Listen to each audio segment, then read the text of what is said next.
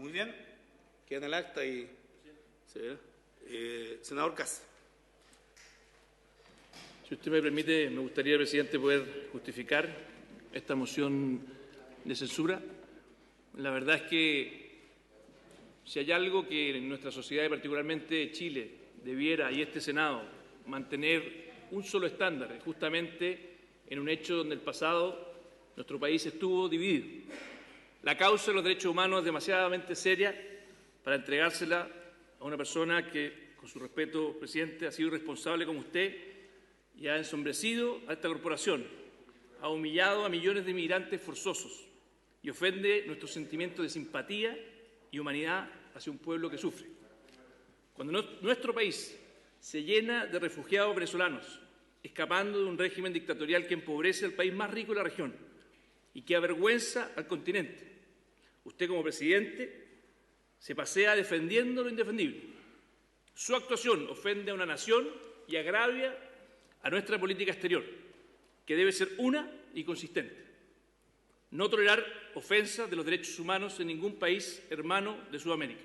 Nuestro país no permitió que un exiliado asumiera como ministro por sus dichos que temperaban la señal que hemos querido transmitir con el Museo de la Memoria.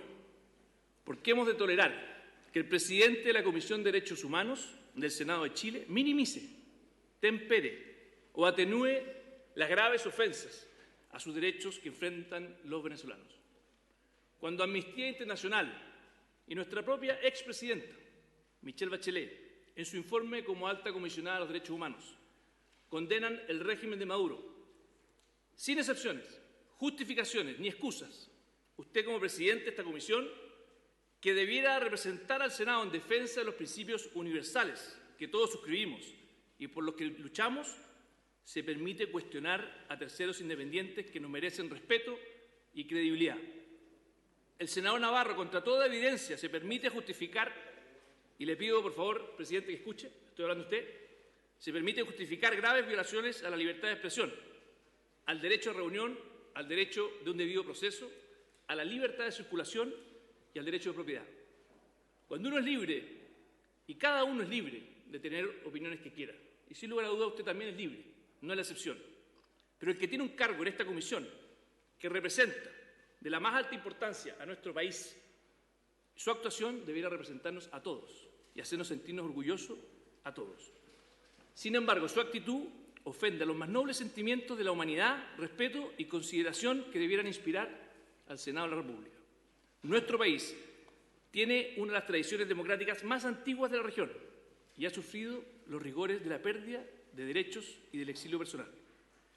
Ningún país tiene una autoridad moral más grande que el nuestro para hablar de derechos humanos y simpatizar con la experiencia horrorosa que sufre un pueblo cuando se pierde. ¿Cómo reacciona nuestra corporación? Pues bien, manteniendo al senador Navarro como presidente de su Comisión de Derechos Humanos. Por eso le pido a esta comisión, a sus miembros, que podamos tener un voto de censura y que podamos pedir que usted deje su cargo. Gracias, presidente. Gracias, senador Cas. Será sometida a votación, tal como lo establece el reglamento, en la próxima sesión. Muy bien. Señora secretaria. Bien. ¿Me permite? Vamos. Viene el reemplazo de la senadora Rieselberg. No anda visitando Punta Peuco, ¿no? ¿Cómo? No. ¿Pero ve que usted no tiene respeto? Mire, yo le voy a decir... todavía no me ha dado la palabra. Le he dado la palabra, senador Moreira. Ya, pero cálmese un poquitito. Pues. Está muy agitado. Señora secretaria. Bueno, como yo no voy a venir... Senador Moreira, y dado la palabra a la señora secretaria. Reglamento. El inciso No, yo segundo del artículo 25 tal del como lo ha reglamento hecho. del Senado, ¿Ah, su sí? presidente, dice que esta proposición de la censura no tendrá discusión y será votada inmediatamente pues de la cuenta de la sesión ordinaria siguiente. Ya, pues se tiene discusión para la próxima semana. No tiene discusión. Presenta y se vota la próxima semana. Si no quiere discutirlo, quiero hablar en general.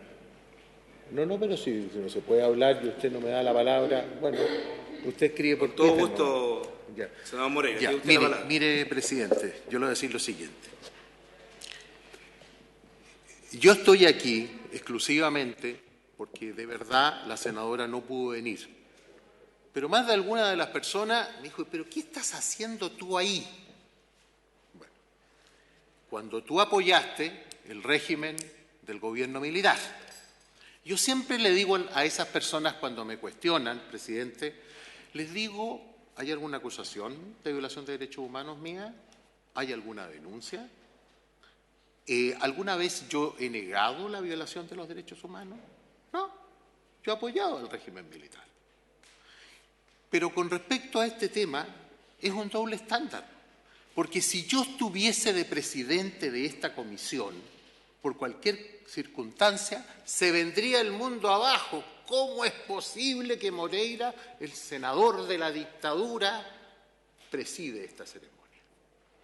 Dicho eso, yo no entiendo por qué usted, así como acusa a la que denomina dictadura militar, bueno, ¿por qué usted hoy día apoya a una dictadura que es una dictadura de izquierda? O sea, las dictaduras de derecha son malas, las dictaduras de izquierda son buenas. Ese doble estándar es el que hace de que nosotros como partido apoyemos esta censura, porque usted tiene un doble estándar. Así como yo no puedo estar ahí, usted tampoco puede estarlo ahora. Quizás en el pasado ahí. Usted ha dicho claramente a todos los medios internacionales, incluso ha usado una frase que dice yo soy soldado de Maduro, bueno, y todas las cosas que dicen. Incluso ha dicho usted de lo maloliente de nuestra Constitución. Y yo creo que es una falta de respeto al propio presidente Lago, que la sancionó el año 2000 y tanto, unas modificaciones que hubo. Y con esto termino, presidente. Esa Constitución maloliente lo tiene ahí, porque gracias a esa Constitución hubieron elecciones en Chile, independientes de las aprehensiones políticas que, digamos, que puedan haber. Entonces, cuando usted dice que la mejor constitución del mundo o de América es la de la Revolución Bolivariana, es una contradicción total. Y lo único que hemos querido hacer, presidente, es dejar establecido frente a frente de esta discrepancia, de este doble estándar. Así como yo no puedo estar ahí, usted tampoco lo puede estar hoy día. Quizás antes sí, pero hoy día no. Es todo lo que yo quisiera señalar, presidente. Gracias, senador Moreira. Para nadie es un misterio en Chile, hasta los niños en la calle, en mi defensa del proceso bolivariano. Esa no es novedad, no ha sido novedad. Tuve el honor de contar con la amistad y el aprecio del comandante presidente Hugo Chávez Frías, de contar hoy con el aprecio y la amistad de Nicolás Maduro Moros, presidente constitucional de Venezuela. Eso no es novedad, lo sabe mi región, lo saben mis electores. La novedad es que he tocado la Constitución. La novedad es que he dicho que Chile requiere una nueva Constitución y una Asamblea Constituyente. Y esa es la tarea que nos hemos encomendado para poder avanzar. Por tanto, es un debate político, es necesario en este país. Hay quienes pensaban que la transición culminaba con la elección del presidente Patricio Aylwin. No terminó la transición política entre dictadura y democracia. Luego llegó Ricardo Lagos, un socialista de la moneda, no terminó la transición política. Luego llegó después de 50 años la derecha con Piñera en la moneda, tampoco terminó la transición política. La transición política en Chile termina cuando tengamos una nueva Constitución discutida por la ciudadanía, construida por la ciudadanía. Esa ha sido mi posición. Cuando juré, más bien prometí este periodo senatorial, dije, prometo por una nueva Constitución. Y tengo la convicción personal íntima de que Chile requiere una Constitución de futuro, una Constitución que nos permita vivir y convivir en los próximos años para Chile sin mirar al pasado, una Constitución que nos reencuentre, una Constitución que permita que Chile deje atrás el pasado horroroso de la dictadura. Y tengo esa convicción y vamos a persistir en ella. Muy bien, damos por cerrado el debate por la moción, senador Relatorre. Bien, entonces... No le voy a dar la palabra, senador, que haya hizo uso de la palabra cada uno. Muy bien. Cerrado el debate, comenzamos con el proyecto de ley Sayén. Si gusta lo voy a hacer cuando discutamos la ley Sayén. Muy bien. A ver, voy a dar lectura entonces. Nos acompaña, bueno, el señor ministro Hernán Larraín, ¿no? No pudo asistir. Ojalá pudiéramos contar con la presencia del ministro Hernán Larraín, que además este ministerio además se llama Ministerio de Justicia y Derechos Humanos, ¿no, subsecretaria? A pesar de que hay una subsecretaría, es muy importante contar con la presencia de los ministros. Siempre hemos sido críticos de la ausencia de los mismos. Conociendo al ministro Larraín, creo que va a venir y, por cierto, está muy bien representado en la mesa por la subsecretaria. Nos acompaña Lorena Recabarren, subsecretaria de Derechos Humanos, la directora de la Unidad Especializada de Derechos Humanos, Violencia de Género y Delitos Sexuales de la Fiscalía Nacional, señora Imay Ortiz Pulgar, junto al abogado asesor de la unidad, señor Sebastián Cabezas. Nos acompaña el juez del 14 Juzgado de Garantía de Santiago, don Carlos Muñoz Sepúlveda. Bienvenido, don Carlos, magistrado. El juez del 4º Juzgado de Familia de Santiago, señor Pedro Maldonado Escudero. Bienvenido, los jueces. Y el juez de familia de Buin, señor Rodolfo Medalla Santibáñez. Bienvenido al representante del Poder Judicial en este importante proyecto de ley. Nos ha planteado sus excusas el subsecretario de la Niñez, más bien la subsecretaría de la Niñez, Carol Baum, por encontrarse participando en la comisión especial encargada de tramitar proyectos de ley relacionados con niños, niñas y adolescentes, de la directora del Sename, señora Susana Tonda, y del representante del UNICEF, que se excusaron por participar de este debate. Así es que agradezco a nuestro invitado. ¿Tenemos algún orden de intervención? La idea, estamos en la discusión de lo que se ha denominado la ley Sallén, que busca establecer lo pertinente. Creemos que es absolutamente innecesario y dañino para que los niños permanezcan al interior de las cárceles con sus madres. Y el proyecto de ley busca un mecanismo especial para evitar este hecho que consideramos traumático, al menos los autores del proyecto de ley. Para ese motivo hemos invitado a la subsecretaria y también a los jueces, son todos de juzgado de familia, ¿no? También de garantía. Muy bien, ¿tenemos algún orden especial de la...? Bien, ofrezco la palabra a la señora subsecretaria de Derechos Humanos, señora Lorena Recabarren. Subsecretaria. Muchas gracias, presidente. A través suyo saludo a los miembros de esta comisión y a todos los que están hoy día aquí presentes. Hemos sido invitados a comentar, a dar nuestra opinión respecto de un proyecto de ley que sin duda en términos de su contenido nos parece del todo relevante y fundamental. Es mandato de nuestra subsecretaría, creada en el año 2017, ¿verdad?, la promoción y la protección de los derechos humanos, coordinando en las distintas reparticiones del Estado y, por cierto, en las políticas públicas que tengan que ver con legislación, en los planes y adecuaciones normativas respectivas, el enfoque de derechos humanos. Y en particular, una de las funciones de nuestra subsecretaría es asistir al ministro de Justicia y Derechos Humanos en el estudio crítico del derecho interno, con la finalidad de proponer finalmente al presidente de la República las reformas que sean pertinentes para poder adecuar nuestra normativa interna a los estándares internacionales de derechos humanos, principalmente aquellos contenidos en los tratados internacionales vigentes en nuestro país. Por lo tanto, queremos centrar esta primera parte de la exposición en lo que son los estándares internacionales de derechos humanos en la materia, que entendemos además han sido expuestos por otras organizaciones, particularmente de la sociedad civil, que han venido previamente a exponer de este tema y, por lo tanto, no queremos entrar en detalle, ¿verdad?, en este caso. El derecho internacional de los derechos humanos establece como estándar transversal el respeto a la dignidad inherente a todo ser humano, en particular, en este caso que nos convoca, ¿verdad?, a la persona privada de libertad, particularmente a los niños y niñas que conviven con sus madres privadas de libertad. Y así esto está reconocido en el Pacto Internacional de Derechos Civiles y Políticos y en la Convención Americana sobre Derechos Humanos. Asimismo, sabemos que es un estándar transversal que nos convoca en esta materia el interés superior del niño, reconocido en la Convención sobre los Derechos del Niño, que cabe recordar este año cumple 30 años, como consideración primordial en todas las medidas concernientes a ellos, adoptadas tanto por las instituciones públicas como privadas, los tribunales, las autoridades administrativas o los órganos legislativos. Y por otra parte, también se ha establecido que los niños y niñas tienen derechos a las medidas de protección que requieran de su familia, de la sociedad y del Estado. Por su parte, la Convención Belén do Pará mandata expresamente a los Estados a tener especialmente en cuenta la situación de vulnerabilidad de la mujer embarazada y de la mujer privada de libertad. Y así existen otros instrumentos internacionales que también permiten orientar la acción del Estado en esta materia. Por un lado, las reglas mínimas para el tratamiento de los reclusos, llamadas las reglas de Mandela, adoptadas por Naciones Unidas en 1955 y revisadas y aprobadas en el año 2015 por la Asamblea General de Naciones Unidas. Y por otra parte, las reglas para el tratamiento de las reclusas y medidas no privativas de la libertad para las mujeres delincuentes, denominadas reglas de Bangkok, adoptadas por Naciones Unidas el año 2011.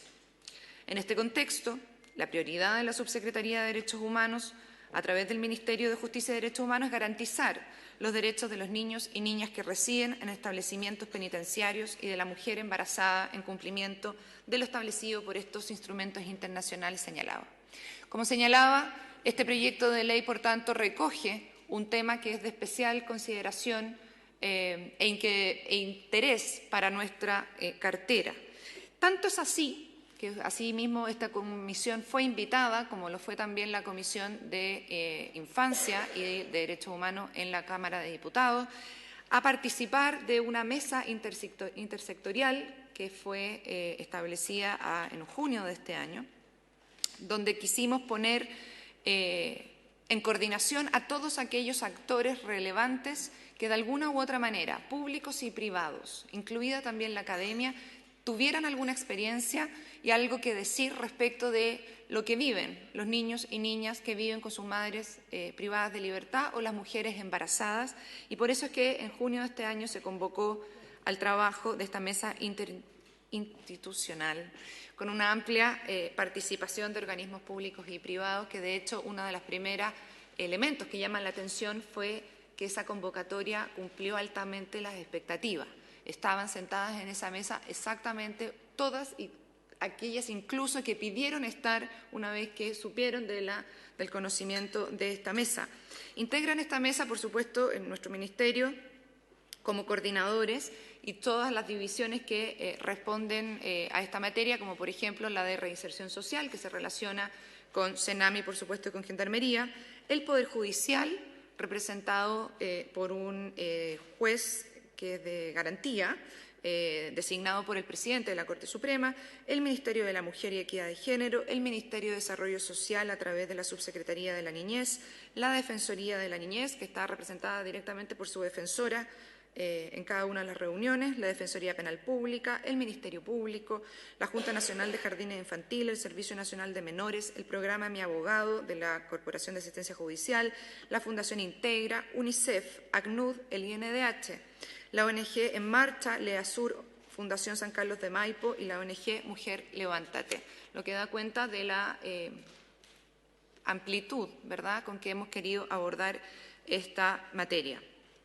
El objetivo de la mesa parte de reconocer el diagnóstico, es decir, nadie está citado ahí a plantear, o estuvo citado a plantear qué era lo que ellos hacían y cómo venían a abordar esta situación, sino que a dar en una primera parte cuenta en una primera fase, o sea, elemento que ya, esta etapa que ya se cumplió,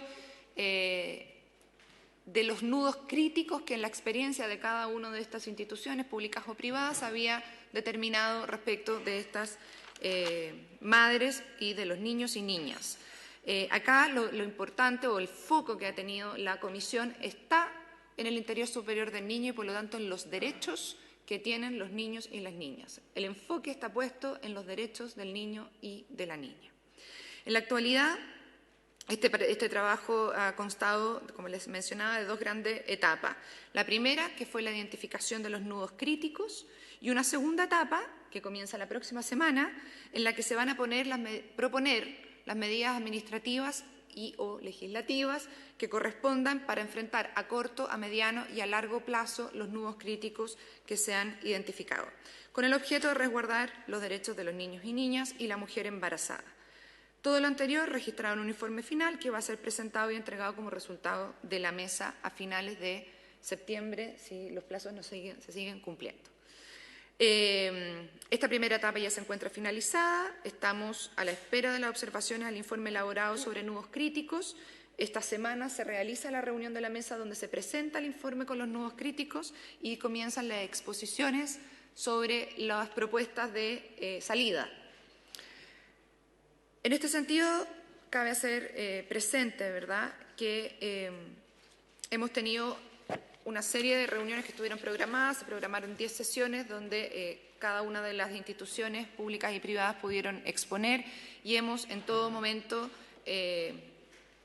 intentado, y espero que así lo logremos, ¿verdad?, incorporar el enfoque de derechos humanos no solamente en términos de mirar cuáles son los estándares de derechos, sino que el de la participación ciudadana, en este caso directamente a través de las organizaciones públicas y privadas, aunque suene redundante o repetitivo en realidad, que trabajan directamente con los niños y niñas que están privados de libertad junto a sus madres.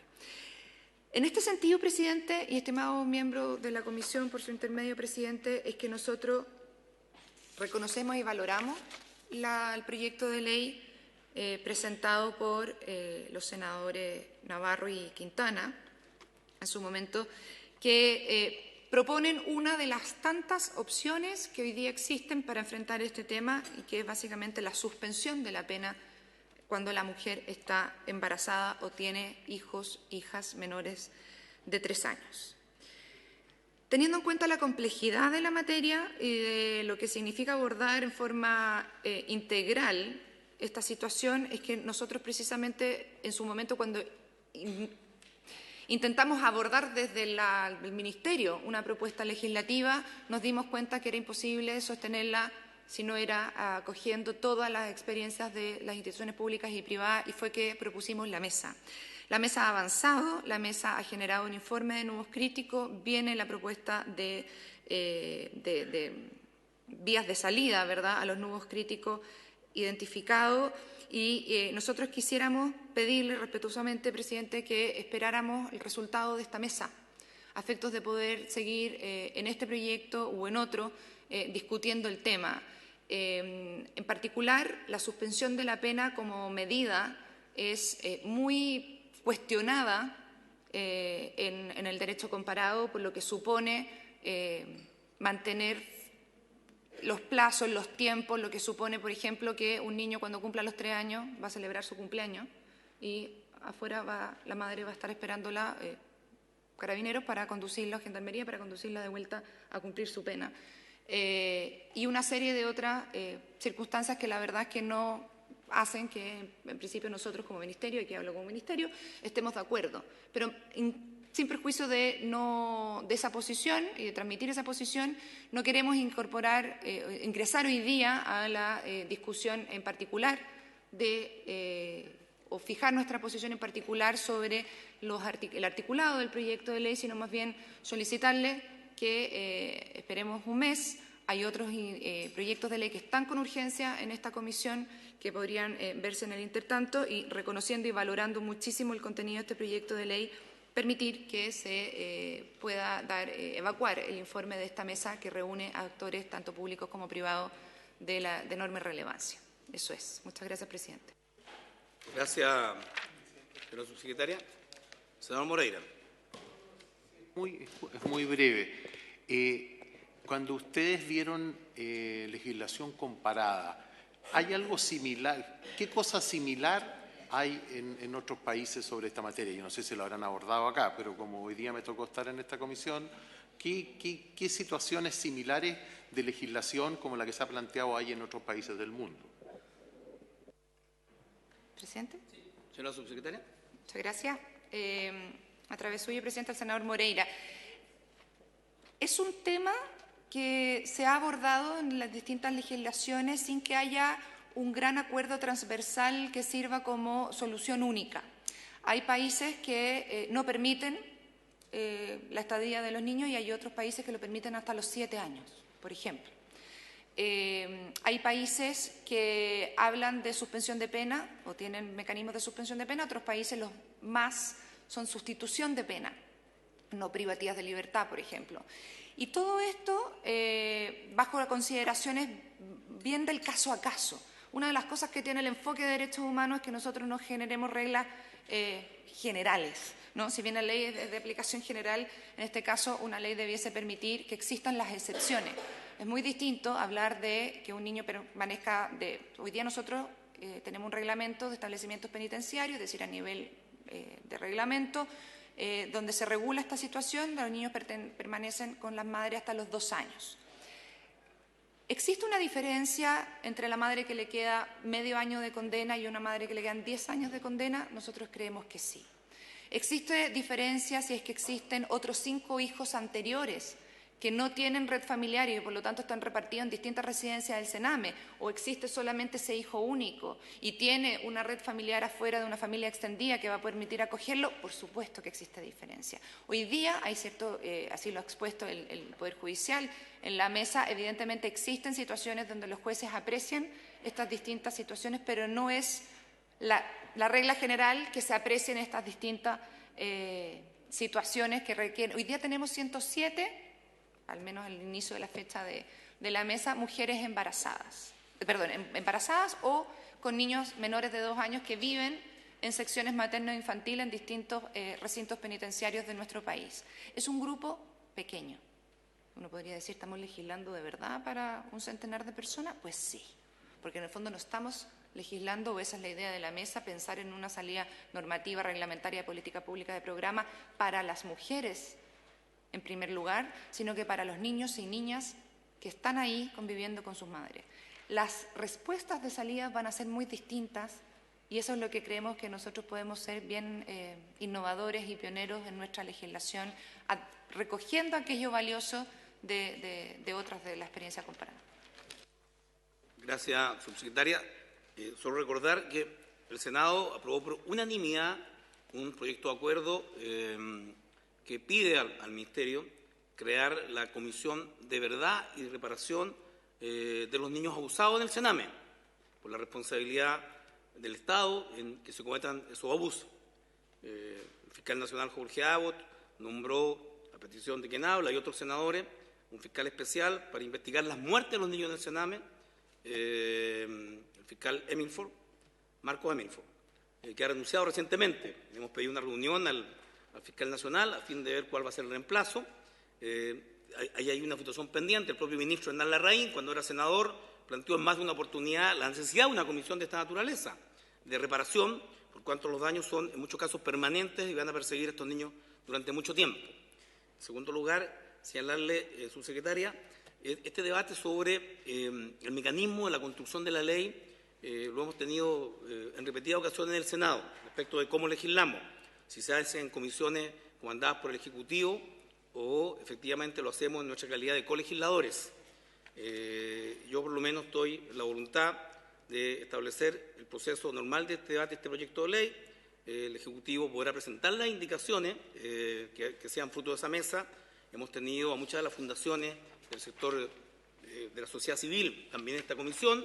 Vamos a seguir recabando porque queremos apresurar este debate, porque no necesariamente la voluntad del Ejecutivo manifiesta en esa mesa podrá recabar la opinión de los senadores de la comisión o de la sala del Senado. Es un viejo debate respecto de esta potestad jerárquica del Ejecutivo, que yo llamo monarquía presidencial, en torno a las mociones de parlamentarios o de las propias iniciativas del Ejecutivo, es decir, la urgencia. Es un resabio que esperamos terminar cuando tengamos una nueva Constitución, en la que no sea el Ejecutivo quien establezca la suma urgencia de discusión inmediata. Y creemos que este es un tema que da cuenta a la potestad parlamentaria. Esta es una iniciativa de moción parlamentaria y es un tema que hemos trabajado con la sociedad civil. O sea, dicho de algún otro modo, la mesa que el Gobierno ha creado, la trabajamos con todas esas instituciones para crear este proyecto de ley. Muchas de ellas que están en la mesa trabajaron en la construcción de este proyecto de ley, que es de autoría parlamentaria del senador Jaime Quintana, presidente del Senado, y del senador Alejandro Navarro, presidente de la Comisión de Derechos Humanos del Senado. Y por tanto, está siendo debatido. Hemos abierto un debate también sobre por qué, siendo colegisladores, las leyes salen y se publican solo con la firma del presidente y el ministro del ramo, invisibilizando al Parlamento. Con razón, muchos de mis amigos de Recoleta, el barrio donde crecí, en el tricolor de Conchalí, jugábamos en la selección juvenil de fútbol, me preguntan, ¿y ustedes qué hacen? Luego de ver que las leyes salen publicadas y los parlamentarios no aparecen por ninguna parte, siendo colegisladores. Es un debate que está abierto respecto al rol parlamentario y la calidad de colegisladores, que tenemos igual responsabilidad. Lo más paradojal de esta ley, que es una ley de iniciativa de moción parlamentaria, de creación parlamentaria, y si se publica como esperamos, va a hallar la firma del presidente Piñera y el ministro Hernán Larraín, olvidando toda la acción de quienes presentaron el proyecto de ley y quienes la votamos, en la calidad de colegisladores. Por tanto, bajo la premisa, y esta es una opinión personal, la podemos poner en debate en la comisión, de que muchas de las instituciones que forman parte de la mesa que llamó el ministro ya han sido invitadas a esta comisión, que más aún, el proyecto de ley en debate fue elaborado junto a ella, consideramos que va a haber mucha afinidad y que una vez que las indicaciones, que la propuesta del Ministerio esté, estas podrán ser transformadas en indicaciones que perfeccionen el proyecto de ley. Eso. Senador Felipe Cas. Bueno, más allá de pedirle que en el futuro, ojalá la próxima sesión, cuando nos refiramos al tema de la censura, no se escude en la Constitución. Uno puede perfectamente estar en desacuerdo con la Constitución y al mismo tiempo defender los derechos humanos. Y usted, desgraciadamente, no defiende los derechos humanos, sino que al contrario, defiende la violación sistemática de los derechos humanos en Venezuela. Volviendo al tema que estamos tratando, quería preguntarle a la Secretaría si nos puede informar si que existen efectivamente proyectos que tienen urgencia, vigentes, y cuáles son que no estamos viendo en la sesión, en esta comisión. Para también saber si que el presidente está cumpliendo con su obligación constitucional de ver los proyectos que tienen urgencia. Muy bien, toda esa información está disponible, y solo porque este es el senador, la comisión la dirige el presidente, senador, y solo responderle. Pregunta a la Secretaría y la Secretaría me tiene que responder. Siempre que el presidente así lo autorice, señora secretaria, para que pueda responder al senador Felipe Cas. Tengo derecho a preguntarle a la Secretaría y que me responda, presidente. Es un derecho constitucional que tengo como senador de la República. Así es, elegido igual que yo, señor senador. A ver, mira, la verdad es que es un largo listado que yo he revisado más de una oportunidad. Habrían haber por lo menos unos 5 proyectos de mi autoría y otros más. Senador, me gustaría escuchar de su boca la defensa de los niños abusados en Temuculcuy, la escuela que usted representa en Temuco. Me gustaría escucharlo defender a las comunidades mapuche, avasalladas por carabineros. Chile ha sido condenado en 3 oportunidades en la Comisión Interamericana de Derechos Humanos por los abusos de carabineros en Temuculcuy. Me gustaría que no se equivocara cuando defendió a los asesinos de Camilo Catrillanca. Usted señaló que el automóvil lo vio acribillado de bala y fue un montaje de carabineros. Ojalá que tal como se equivocó esa vez y lo reconoció, cosa que valoro, evidentemente pudiera eventualmente en adelante reconocer sus errores, como lo hizo con el asesinato de Camilo Catrillanca, en el cual declaró, tengo sus declaraciones, a propósito de lo que dice el senador, estamos discutiendo la ley Sayén, pero como no quiero abrir polémica sobre este tema. Excelente que usted reconozca que cuando hay un montaje de carabineros somos los primeros en denunciarlo. Me encantaría que usted hiciera lo mismo. Usted le mintió a la ciudadanía, senador. Después de que Michelle Bachelet denunció que ha visto acribillados los automóviles y todos sabemos que fue un montaje donde Catrillanca fue asesinado. Y por lo mismo se asesinó el fiscal especial. Se puede responder, si no, esta discusión va a ser eterna. Presidente, ¿me da la palabra? Creo que este es un clima muy desagradable. Además, aquí nadie puede dar cátedra de defensa de los derechos humanos. Así es.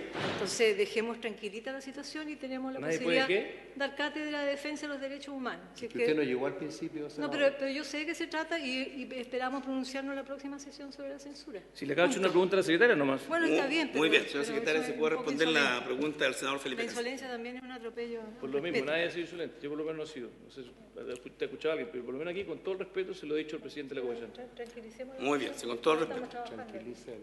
Tranquiliza al presidente, que no sé qué está hablando de cosas que no tienen nada que ver. Presidente, secretaria. Los derechos de los niños mapuches no tienen nada que ver. Muy bien, señora secretaria. Oye, ¿siempre las comisiones aquí son así?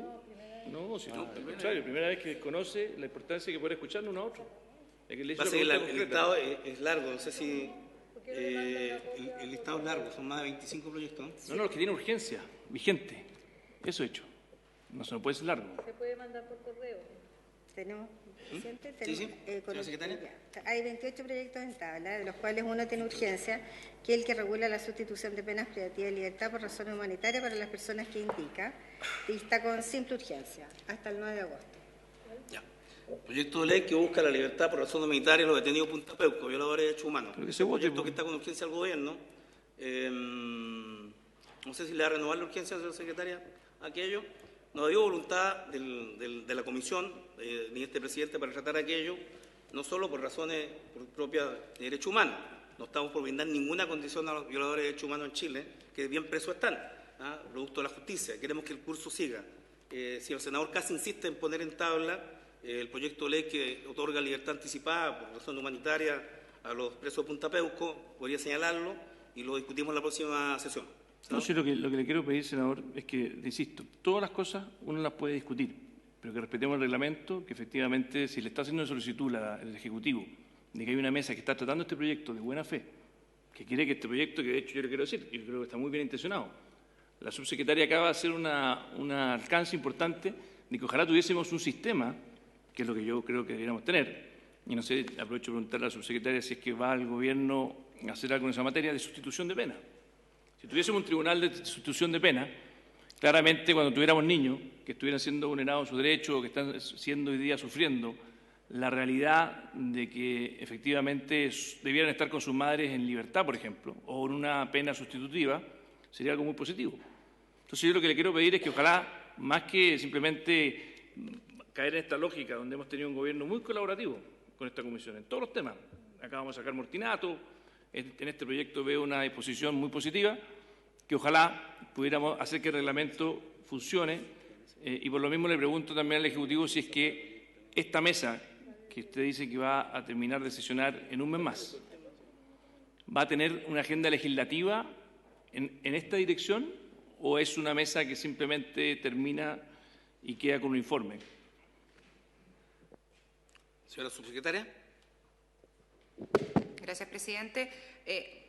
Si me permite, antes de abordar la pregunta del senador Kast, quisiera simplemente, no es en materia de discusión, pero yo quisiera señalar que el proyecto de ley que se denomina humanitario, que es la de sustitución de pena, se ha señalado aquí por el ministro de Justicia y Derechos Humanos al momento de presentarlo y se ha señalado una y varias veces por nuestro gobierno. No se trata de un proyecto de ley que está orientado solo a un grupo de personas privadas de libertad, como usted, presidente, con respeto acaba de señalar que son las personas de Punta Peuco, sino que se trata de toda la población penal existente en Chile, que incluso puede tener eventualmente 40 años si tiene un caso de enfermedad grave de término, por ejemplo, que podría estar dentro de la situación. Entonces, solamente quiero señalar que no es el propósito del Ejecutivo abordar un proyecto de ley que tenga una orientación específica, aunque evidentemente pueda en algunos casos aplicarse a esas personas privadas de libertad.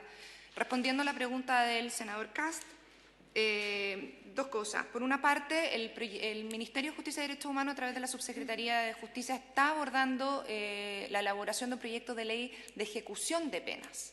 Es un proyecto de ley donde debiese enmarcarse, por ejemplo, la ejecución de penas de las madres y de los niños, ¿verdad?, que conviven con sus madres privados de libertad. Cuando lo discutimos en coordinación ministerial, ¿verdad?, el ministro Hernán Larraín fue de la idea, y por supuesto nosotros apoyamos eso, de que era tan relevante mirar el caso de los niños y niñas que viven privados de libertad, que sacáramos de la discusión más grande del proyecto de ley de ejecución de pena esta situación específica de los niños y niñas que conviven con sus madres privadas de libertad y mujeres embarazadas que están en las cárceles. De modo que está en esa lógica de ejecución de pena y así también lo mencionó el ministro el día que se inició esta mesa, donde estaba el presidente de la Corte Suprema, el defensor nacional penal público y el fiscal nacional, perdón, del Ministerio Público. Una de las opciones que se está barajando efectivamente es la sustitución de pena y ojalá pudiéramos avanzar en ese sentido. Gracias, subsecretaria. Yo solo reitero de la definición que hemos tenido políticamente, dónde se debaten las leyes, y si son comisiones creadas por el Gobierno fuera del Parlamento o son al interior del Parlamento. Y hemos coincidido de que es el Parlamento el lugar para debatir las leyes. No hay otro lugar. La participación ciudadana se hace bajo este mecanismo.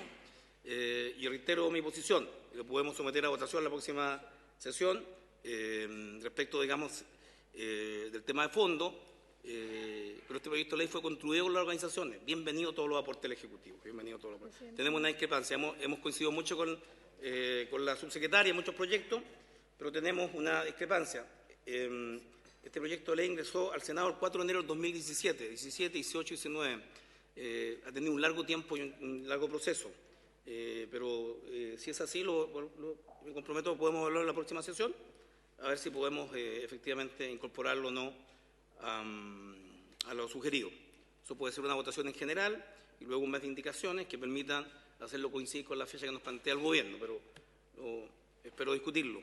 Ahora, como tenemos invitado, senadora Adriana Muñoz. La mesa técnica que tiene el gobierno se enfoca a sustituir el proyecto o a ser un insumo, porque es bien frustrante para nosotros como parlamentarios, que nos ha pasado con varios proyectos de ley, no en este gobierno, en otro y en otro, es como una fórmula, una forma de un procedimiento, que al final se sustituyen las iniciativas parlamentarias por una propuesta que viene del gobierno. Será súper respetable la mesa técnica, pero yo coincido con el senador Navarro que es acá donde nosotros tenemos que, por lo menos las iniciativas nuestras,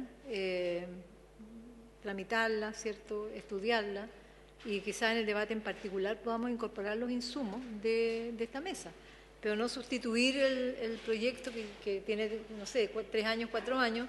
Hemos hecho un trabajo acá en la comisión y es como un poquito desalentador, digamos, para el trabajo parlamentario que ya está desacreditado. Entonces, con estas situaciones se hace más engorrosa todavía la situación. Entonces, gracias, yo pediría que tramitemos acá en la comisión el proyecto y recibamos como insumo la propuesta del gobierno. Para dar la palabra a los jueces que nos han acompañado en presencia del debate del Senado. Muchas gracias. Yo aquí lamento si sonó como algo que viniera a intervenir el trabajo parlamentario. Digamos, nosotros hemos trabajado, como lo señalaba usted mismo, presidente, el senador Kast, de manera muy coordinada y fluida, ¿verdad?, con esta comisión en particular desde el Gobierno. Sin embargo, cuando nosotros nos pusimos a tratar el tema el año pasado, ¿verdad?, un poco haciéndonos eco de toda la legislación y de las normas, de las propuestas, incluida la moción parlamentaria que usted presentó, pensamos que no era desde el Ejecutivo aquella solución que quisiéramos impulsar. Por eso adelanté, ¿verdad?, que la suspensión de la pena no nos parecía la herramienta más adecuada y que intentamos buscar nosotros una propuesta legislativa, y que fue cuando nos encontramos con la necesidad, ¿verdad?, de recoger de las distintas instituciones públicas y privadas lo que en una manera rápida, no en una discusión eterna, solo 10 sesiones, de las cuales ya han avanzado 5, la experiencia y, por lo tanto, generar este diagnóstico, más que diagnóstico, este informe de nudos críticos y las propuestas de salida.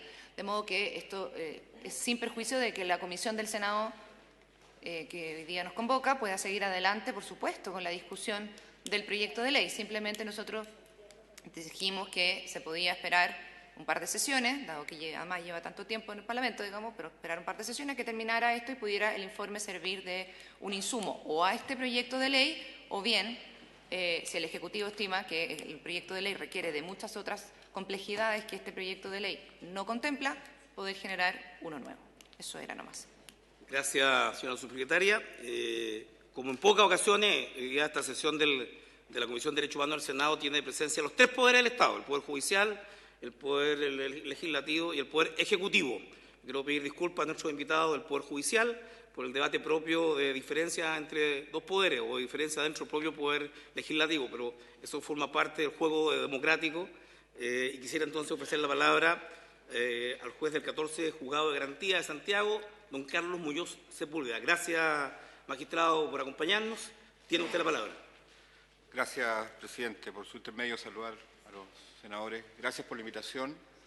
Y la verdad es que la discusión previa inherente de parlamentarios, la verdad es que no nos sorprende, nos agrada, nos interesa. Nosotros los jueces también discutimos, también tenemos posiciones diversas en distintas materias, por lo tanto no nos genera ningún tipo de impacto. Gracias por su deferencia por aquello.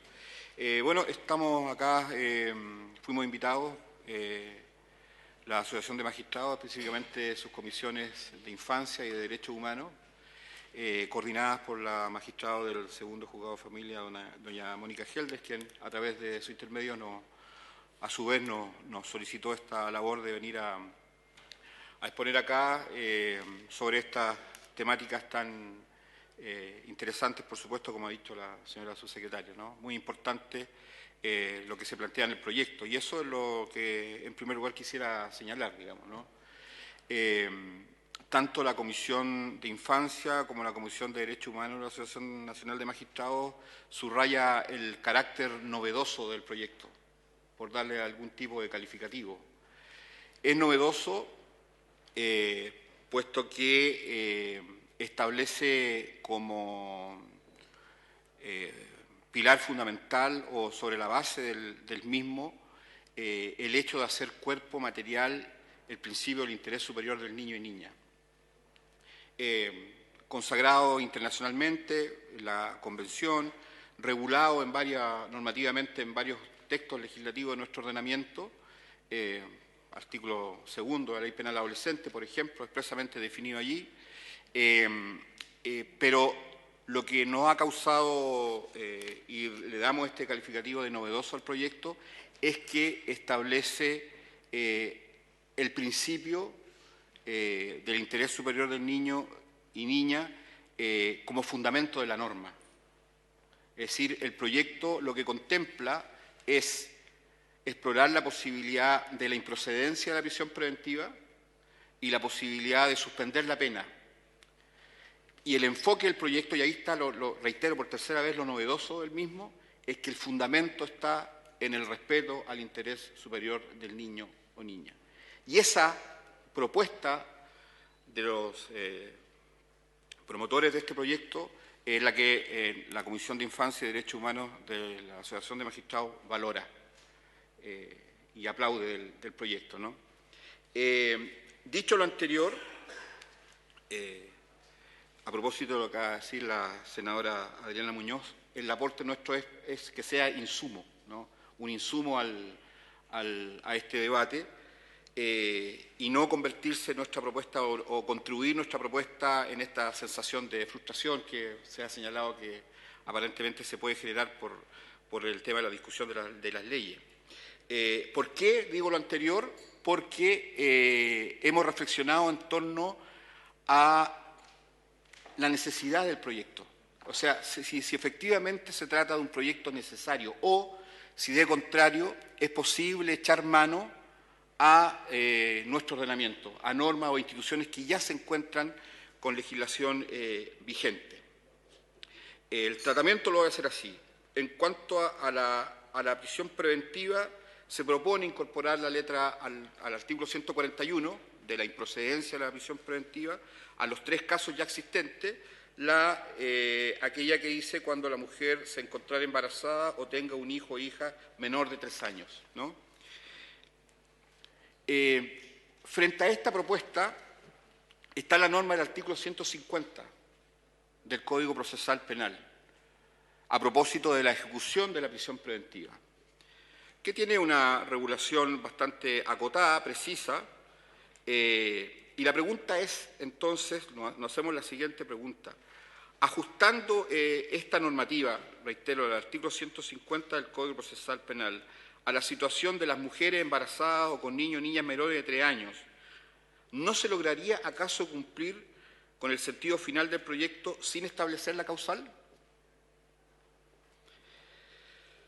Para esto proponemos un ejercicio de subsunción. Veamos si la hipótesis fáctica en la que descansa el proyecto, es decir, mujeres embarazadas o mujeres madres de niños o niñas menores de 3 años, podemos ajustarla a la prescripción normativa del artículo 150 del Código. Este artículo, en lo atinente y lo que nos importa a nuestro juicio, es que en primer lugar establece la obligación de control. El juez, el tribunal que impone la medida cautelar de prisión preventiva, es el que la controla. Y por lo tanto debe hacerse cargo de todas aquellas cuestiones que digan relación con su ejecución.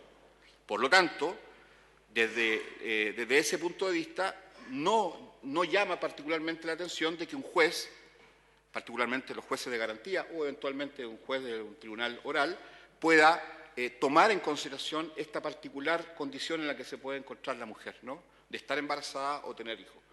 La norma, en principio, lo autorizaría. Después, el artículo 150 establece los lugares en donde se ejecuta la prisión preventiva y califica estos lugares como lugares especiales, ¿no? El sentido de la norma, fundamentalmente, tiene un sentido de segregación para separar a los internos condenados de los privados de libertad en prisión preventiva. Entonces, la pregunta que nos hacemos ¿es posible detectar en nuestro ordenamiento otras situaciones en las que efectivamente se ha autorizado la existencia de lugares especiales para cumplimiento y no hay que buscar mucho, digamos, uno encuentra inmediatamente esos lugares. A manera ejemplar hemos detectado o planteamos lo que ocurre en el centro penitenciario de Colina 1, donde, por ejemplo, los internos pueden desempeñar diversas labores en los talleres que allí se han instalado, metalúrgico, de albañilería, carpintería, incluso hasta una panadería que dota de pan a todos los centros carcelarios de la región metropolitana y de la quinta región, por ejemplo, donde los internos trabajan y pueden, luego de culminar su pena, dedicar a labores lícitas, y la existencia de los centros de educación y trabajo, los CET, ¿no?, en donde los internos también, de acuerdo a una realidad totalmente distinta a lo que es la realidad carcelaria nacional, también realizan y despliegan distintos oficios, trabajos, que además lo que producen ahí luego es vendido, ¿no?, al comercio. Entonces, reflexionamos en torno a por qué no el Estado de Chile podría elaborar, imaginar, diseñar por ejemplo, centros especiales de cumplimiento de la prisión preventiva para mujeres que se encuentran embarazadas o que sean madres de niños o niñas menores de 3 años. ¿Por qué no explorar si existe ya en nuestro ordenamiento aquella posibilidad? Luego, inmediatamente nos preguntamos si acaso el hogar, el domicilio, la casa, puede ser considerado también como un lugar especial. En una primera aproximación, una aproximación como natural, directa, dice, bueno, no, si estamos hablando de la prisión, ¿no? Estamos hablando, de hecho, la norma se refiere precisamente al cumplimiento en centros carcelarios. Sin embargo, de un punto de vista que nosotros queremos plantear de lo que se denomina la coherencia normativa, y aquí sigo a Neil McCormick, ¿no?, en Legal Reason and Legal Theory, entendiendo como coherencia normativa la consistencia que debe existir entre determinadas decisiones con el restante de las reglas existentes y que es una extrapolación racional de tal modo que aquella no resulte contradictoria y finalmente inaplicable. ¿Por qué hablamos de esta coherencia normativa? Porque uno puede echar mano a ver si existe también en nuestro ordenamiento figuras similares a esta que se está proponiendo. Entonces, cuando uno hace ese ejercicio, inmediatamente se encuentra con una reciente reforma de algunos años atrás, introducida por la 20.603 a la ley 18.216, en donde, con ocasión de la regulación de la reclusión nocturna, que ustedes sabrán mejor que yo, bajo la antigua regulación, este cumplimiento era en los centros de gendarmería exclusivamente, solamente, y salvo por situaciones muy extraordinarias, como por ejemplo situaciones de imputados que estaban realizando el servicio militar o que trabajan en labores pesqueras y tenían que embarcarse, o en actividades mineras, se autorizaba esa forma de cumplimiento. Sin embargo, la regla era el cumplimiento de esta pena en los centros de gendarmería. ¿Y qué hace la 20.603? Establece la siguiente regla. Dice, para el cumplimiento de la reclusión parcial, el juez preferirá ordenar su ejecución en el domicilio del condenado. Entonces, cuando uno se imagina decir, bueno, ¿cómo lo que se señala esto de pensar cómo una cautelar como la prisión preventiva, imaginársela, digamos, no aplicada o bajo modalidades extraordinarias, como es la propuesta del proyecto? Bueno, podemos encontrar en nuestro ordenamiento otras situaciones en las cuales precisamente el propio legislador va a preferir el cumplimiento en los domicilios y no en las cárceles, por una cuestión evidente de reinserción social, pero también por una cuestión de elaboración de la dignidad humana. Y cuando se establece esta regla del artículo 8, lo es sin ningún tipo de consideración personal, es una regla de carácter general, ¿no es cierto? En cambio, entonces, si acá, además, por el principio del interés superior del niño, pudiese considerarse con aún mayor razón esa posibilidad. Luego, la norma del artículo 150 establece la obligación que debe tener el juez para adoptar todas las medidas que resulten necesarias para resguardar la integridad física, ¿no?, de los presos. Y acá la norma lo que hace es segregar a los primerizos, el sentido que tiene de segregar a los primerizos de los reincidentes, ¿no? Luego nos parece que la situación de madres embarazadas, por ejemplo, perfectamente puede quedar cubierta por esta obligación. Es decir, por esa situación, por todos los cuidados que implica el estado de gravidez de las mujeres, adoptar medidas tendientes a dicha protección, precisamente por el interés superior.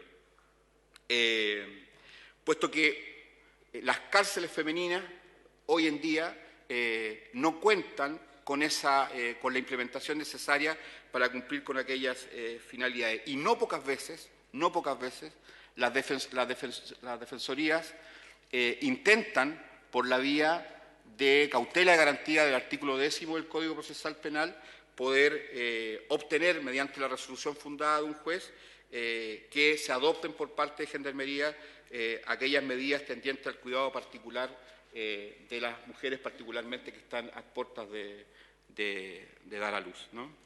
Y finalmente, la norma del artículo 150 regula el otorgamiento de autorizaciones para salida de los centros carcelarios, que se da en la práctica para los efectos de atención médica, por cuestiones humanitarias, como por ejemplo asistir a funerales de familiares cercanos y, por supuesto, para concurrir a entrevistas con el fiscal del caso, etcétera, ¿no? Entonces, también nos preguntamos si esta regulación acaso no podría también ser aplicada a mujeres embarazadas y mujeres con niños y niñas menores de 3 años. El fundamento sería el mismo, ¿no? La situación excepcional que el juez podría establecer en su resolución puede radicar en aquella circunstancia. Y finalmente, en lo que dice relación con la suspensión de la pena y la modificación a través de la creación del artículo 468 bis, eso es lo que dice el proyecto. Cuando se tratara de una mujer embarazada o madre de hijo o hija menor de 3 años, al momento de la sentencia condenatoria, su cumplimiento se deferirá hasta que el hijo o hija cumpla 3 años de edad. Bueno, sometido también a este testeo o a este chequeo de coherencia normativa, ver la posibilidad si es que las penas se suspenden, si existe en nuestro ordenamiento la posibilidad de suspensión, ¿no? El senador Moreira preguntó hace un rato atrás acerca de la experiencia internacional, ¿no es cierto?, si había alguna regulación a propósito de la suspensión de penas. Bueno, en nuestro propio ordenamiento encontramos varios ejemplos y casos de suspensión de pena, sin ir más lejos a propósito de la libertad condicional, donde se suspende el cumplimiento efectivo de la pena, el condenado sigue en libertad, en medio libre, sometido a un control determinado, e incluso se le puede otorgar su libertad completa de manera anticipada, cumpliendo, por supuesto, todos los requisitos reglamentarios y demás, ¿no? La creación de la pena mixta, a propósito de la 18.216, en donde también se establece, en este caso el legislador habla de interrupción, de interrumpir la pena efectiva, reemplazándola por la sustitutiva de la libertad vigilada y además sometida a control por monitoreo telemático. Ahí hay otro ejemplo en donde las penas, por decirlo esa pena en particular se suspende, las personas recuperan su libertad y la culminan en el medio libre. Otro ejemplo de suspensión. Y existen otras suspensiones. De hecho, en nuestro ordenamiento, senador Moreira, tenemos muchísimas suspensiones. Evidentemente no de la misma hipótesis del proyecto, pero suspensiones, en fin, como por ejemplo la del artículo 458 del Código Procesal Penal a propósito del imputado enajenado mental, a propósito del 398.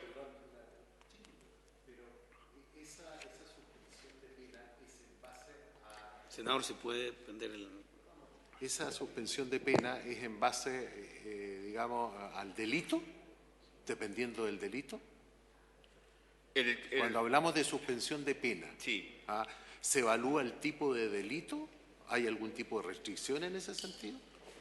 Senador, a través de su intermedio. Señor magistrado. La aplicación, por ejemplo, del 458 es indiferente el tipo de delito que se trate, ¿no? puede ser cualquiera, se puede pedir aquella suspensión, ¿no? La hipótesis, evidentemente, es aquella que dice relación con que el imputado esté en una aparente o situación de enajenación mental. El procedimiento se suspende hasta que se hacen los exámenes correspondientes. La suspensión del artículo 398, ahí sí es específica, digamos, puesto que se refiere únicamente a las faltas penales, ¿no? Ahí hay un buen punto del que señala usted, porque hay que hacer esa diferenciación. Y otra suspensión es, bueno, la de la salida alternativa, por la suspensión condicional del procedimiento, ¿no? Entonces, esta propuesta de suspensión se condice con ello. Y además, y con esto quiero ir terminando ya, se condice con otras suspensiones o modificaciones que en la práctica los jueces realizan a propósito del cumplimiento de penas. Me refiero que casi la mayoría de las penas del catálogo de la 18.216 están sometidas a suspensiones, adecuaciones o modificaciones. Por ejemplo, la remisión condicional de la pena, todas estas son penas, ¿no? El tema es que se cumplen de una manera distinta a la efectiva, pero pena en definitiva. Y la remisión condicional a veces se suspende con ocasión de condenados que tienen, por ejemplo, que cumplir labores fuera de la región. Se suspende 1, 2 o 3 meses, agregándose los periodos no firmados al final del periodo. La reclusión nocturna, 22 horas de la noche a las 6 de la mañana, a veces se modifica en su horario precisamente también por cuestiones laborales, atrasándolo o adelantando aquel horario. La libertad vigilada, lo propio, la libertad vigilada, el plan de intervención individual es objeto de modificaciones y adecuaciones de acuerdo a la situación personal del condenado, motivos laborales y de otra naturaleza, y ni hablar la prestación de servicios en beneficio de la comunidad.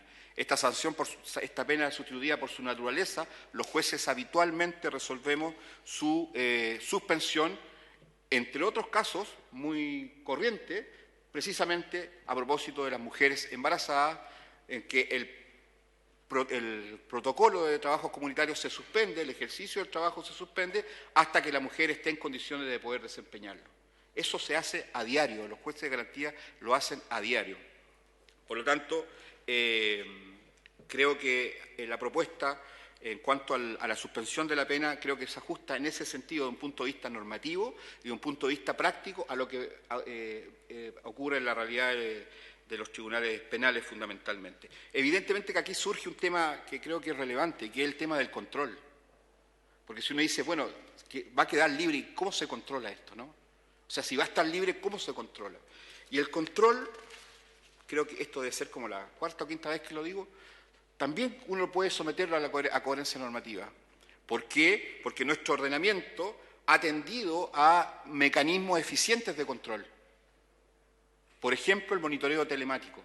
El monitoreo telemático ha demostrado o ha dado cuenta de un sistema eficiente de control.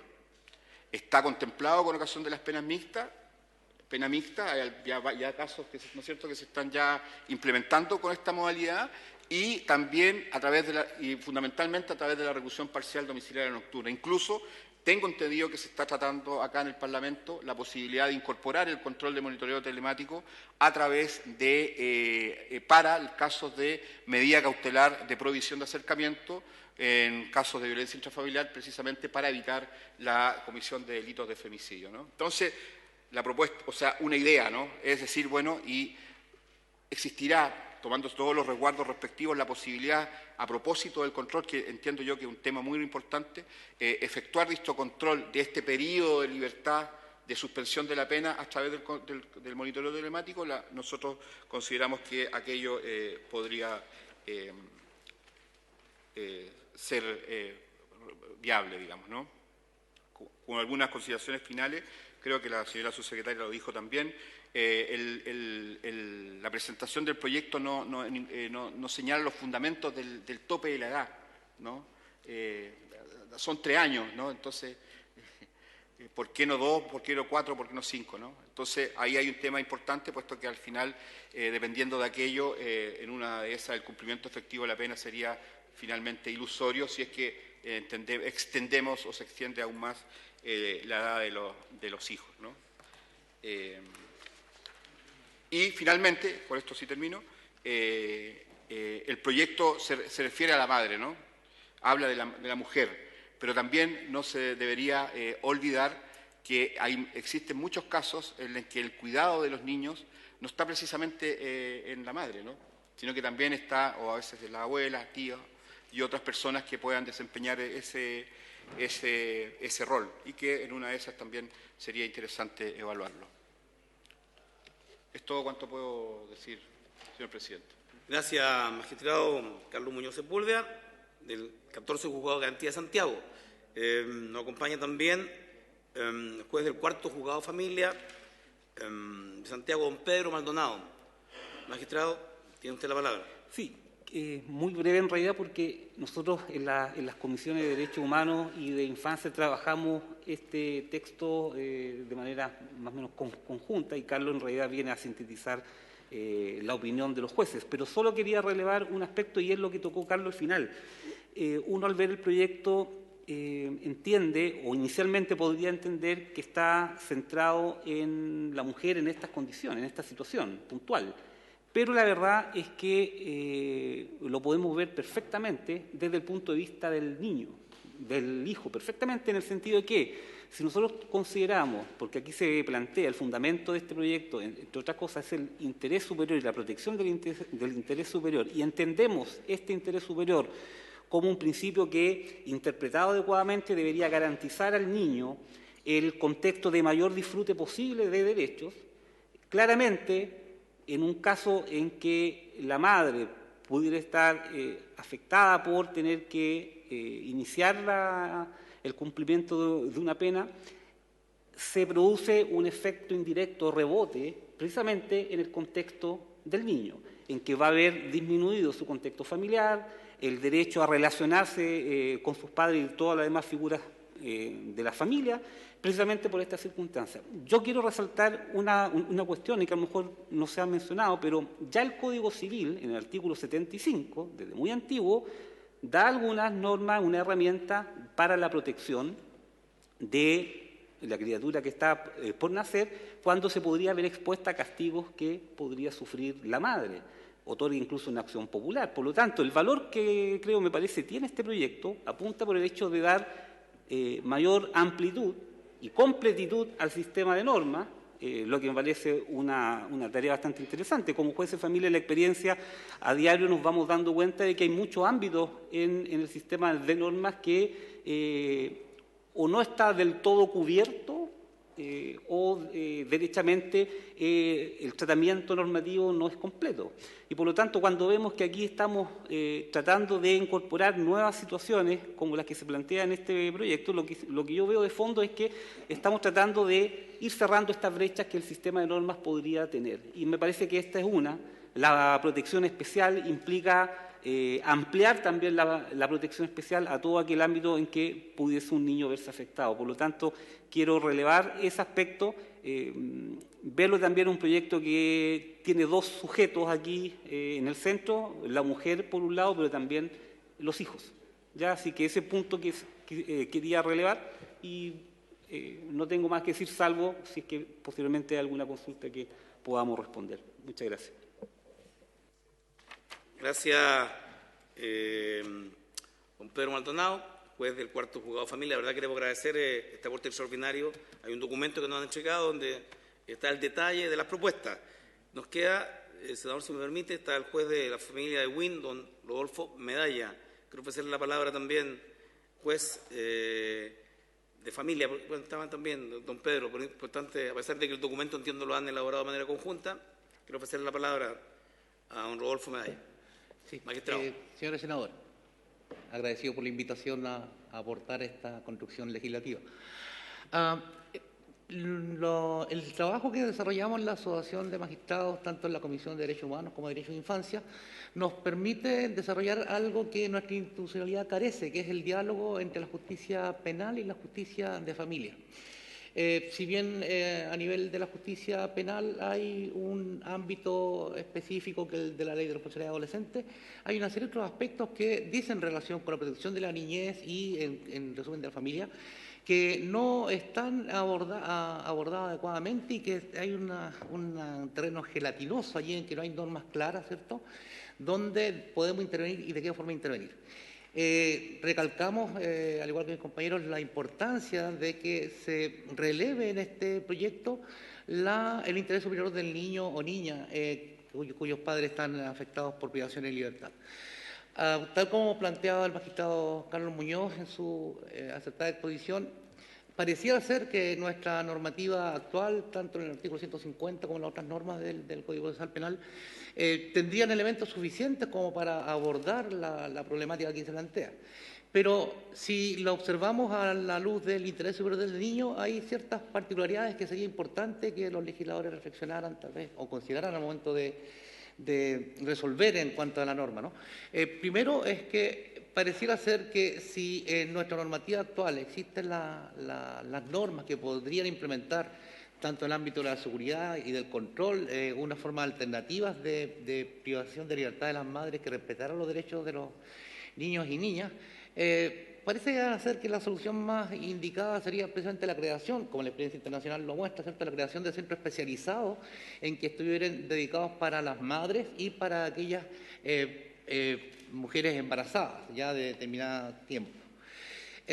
¿Por qué? Porque el poner el énfasis en la conducta adecuada de la madre o no para aquel periodo, si accede o no a algún beneficio de suspensión de pena o si, habiéndolo obtenido, se le es revocado, hace que el niño se vea sujeto a la incertidumbre respecto de dónde va a estar viviendo en esos cortos años de vida.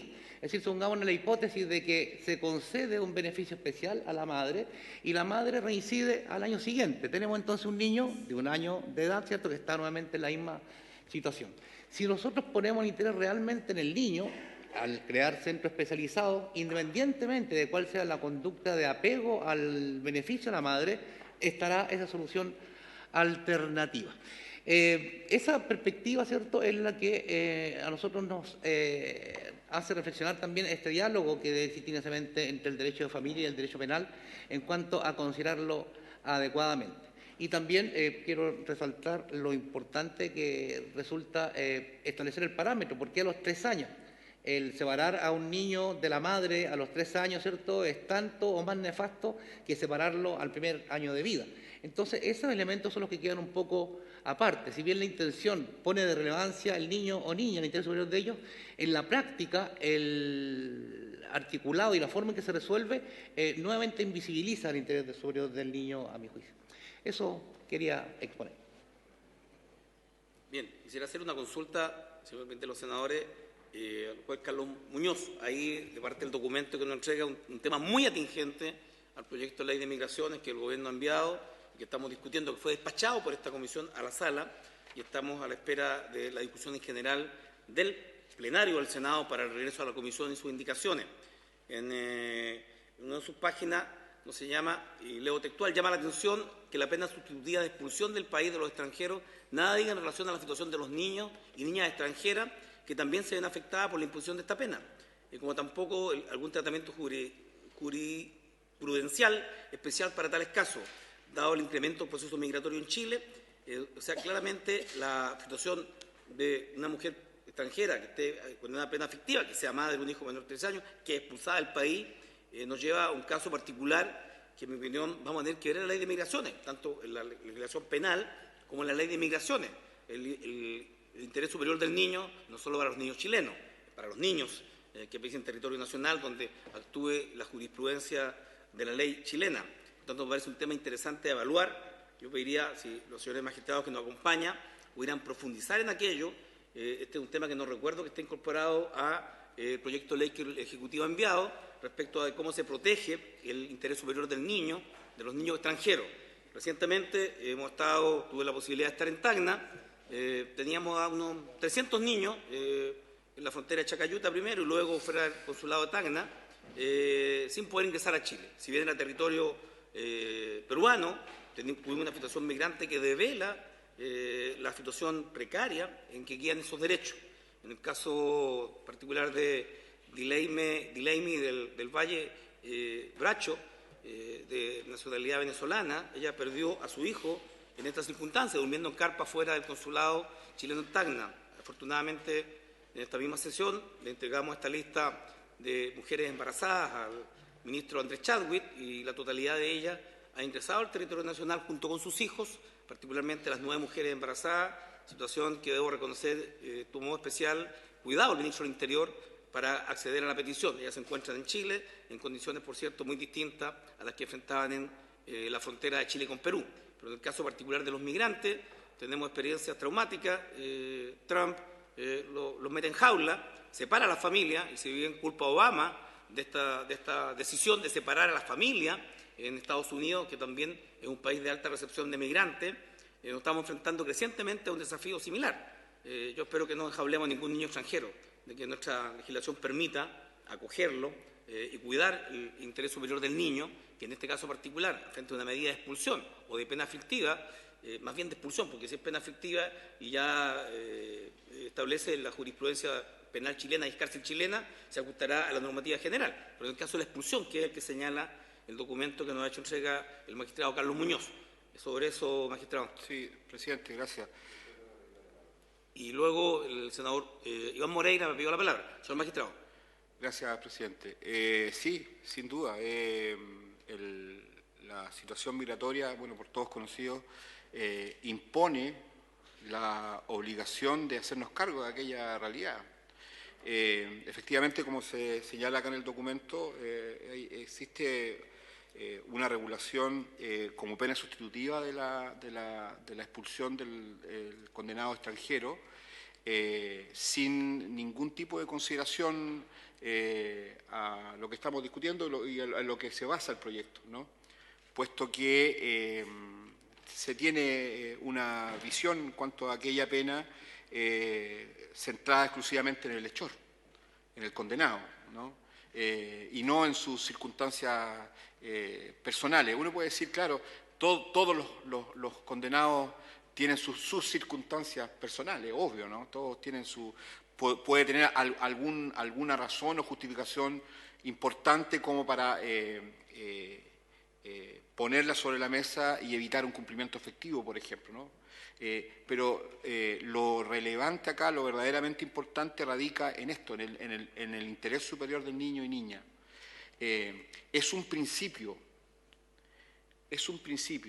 y lo que nosotros, como Comisión de Infancia y Derechos Humanos, sostenemos es que es un principio que en un ejercicio de ponderación de los mismos, de ponderación de principios, debiera imponerse. Y por lo tanto, cualquier otro principio, por supuesto, válidos, importantes, conformadores de nuestro ordenamiento, en este caso penal o procesal penal, por supuesto, frente a esta pugna de principios, somos del parecer que en este ejercicio de ponderación debiera imponerse el principio del interés superior del niño. Y por lo tanto, desde ese punto de vista, explorar la posibilidad de tomar en consideración, a propósito de la implementación y la ejecución de la pena sustitutiva de expulsión, la situación de los niños que ya están en Chile, que ya han desarrollado arraigo. La motivación de la migración a Chile es porque el país ofrece mejores condiciones a las de su país de origen o natal, de manera tal de que la expulsión de la madre, ¿no? Puede provocarle a ese niño situaciones nefastas en su desarrollo, en su vida. Por lo tanto, por eso lo señalo en el texto, lo hemos plasmado en el texto, y qué bueno que usted, senador, se haya reparado en este punto, porque lo señalamos porque creo que es algo que, como usted ha señalado, es preciso detenerse un poquitito más y explorar también algún tipo de tratamiento a esta materia, senador. Es con lo que puedo decir. Gracias, magistrado Carlos Muñoz. Ofrezco la palabra al senador Iván Moreira. Senador, tiene usted la palabra. Gracias. Más allá de una pregunta, como estamos viendo este proyecto de ley y estamos hablando de derechos humanos, yo quiero hacer una reflexión a propósito de todo lo que se ha dicho acá. Y quiero decirle en primer lugar, cuando Se habla, usted hoy día ha traído al tapete el tema de la ley de migraciones, que nosotros las vamos a votar. Este no es un problema, usted saca el ejemplo siempre de los demás, saca el ejemplo del presidente de Estados Unidos. Yo le quiero decir una cosa, que en Chile el tema de la migración no la asumimos, nos demoramos en asumirla, y en el gobierno que usted apoyó en el pasado fue un gobierno que le dio ilimitado ingreso de migrantes a Chile. Esa es una realidad. Nuestro gobierno trata de ordenar, de regular, de consensuar un proyecto de ley precisamente para lograr que Chile cumpla no solamente los acuerdos internacionales, sino que también los adecúe a nuestra legislación.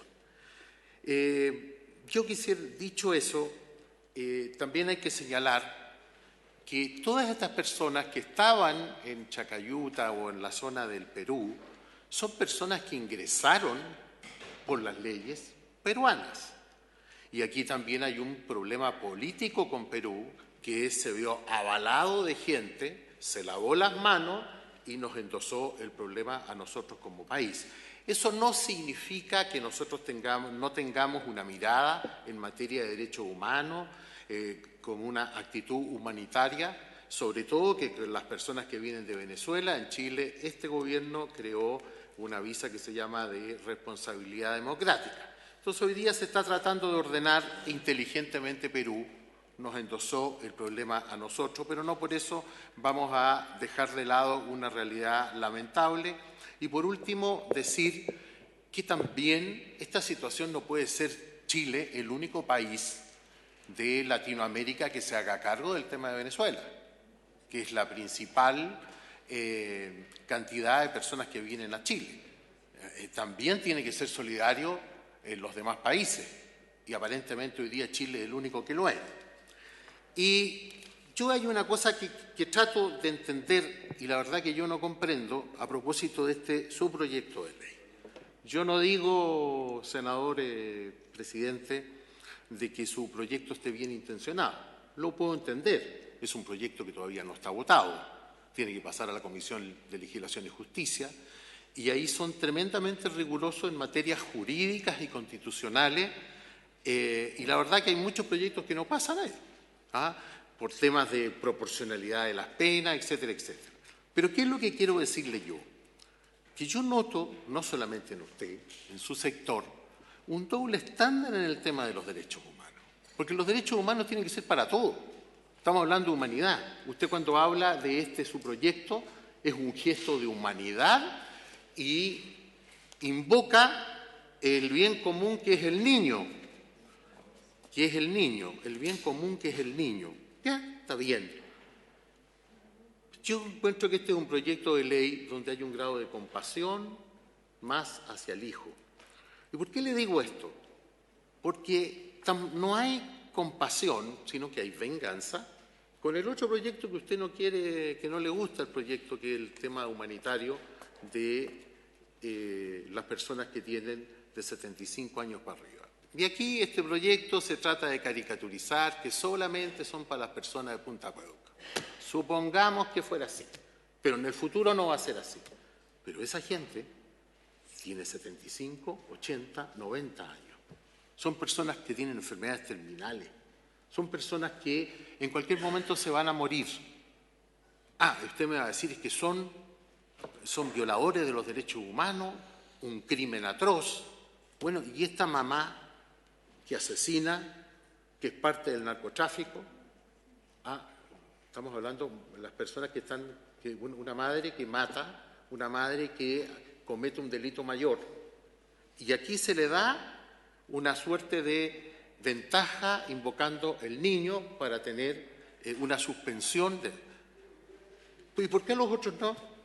¿Por qué solamente hay compasión, hay humanidad acá y en el otro no hay humanidad? Por eso que yo veo de parte de ustedes una suerte de doble estándar en el tema de los derechos humanos. Estamos hablando de gente de 75, de 80, hasta de 91 años de edad que tiene cáncer, hay personas que tienen Alzheimer. Ahí no hay compasión, ahí no hay derechos humanos. Es lo mismo que me dijo delante usted. Cuando usted considera que el gobierno militar fue una gran dictadura y usted me dice que el gobierno de Venezuela, que es muy afín a usted, es una revolución bolivariana. Ese doble estándar no me parece, porque si a mí me dicen que yo voy a votar este proyecto a favor por lo que significa una cuestión de derecho humano y humanidad, sí, le pongo la firma. Pero yo también quiero que haya una suerte de igualdad para todos. No estamos hablando de jóvenes, estamos hablando de viejos que están a punto de morirse.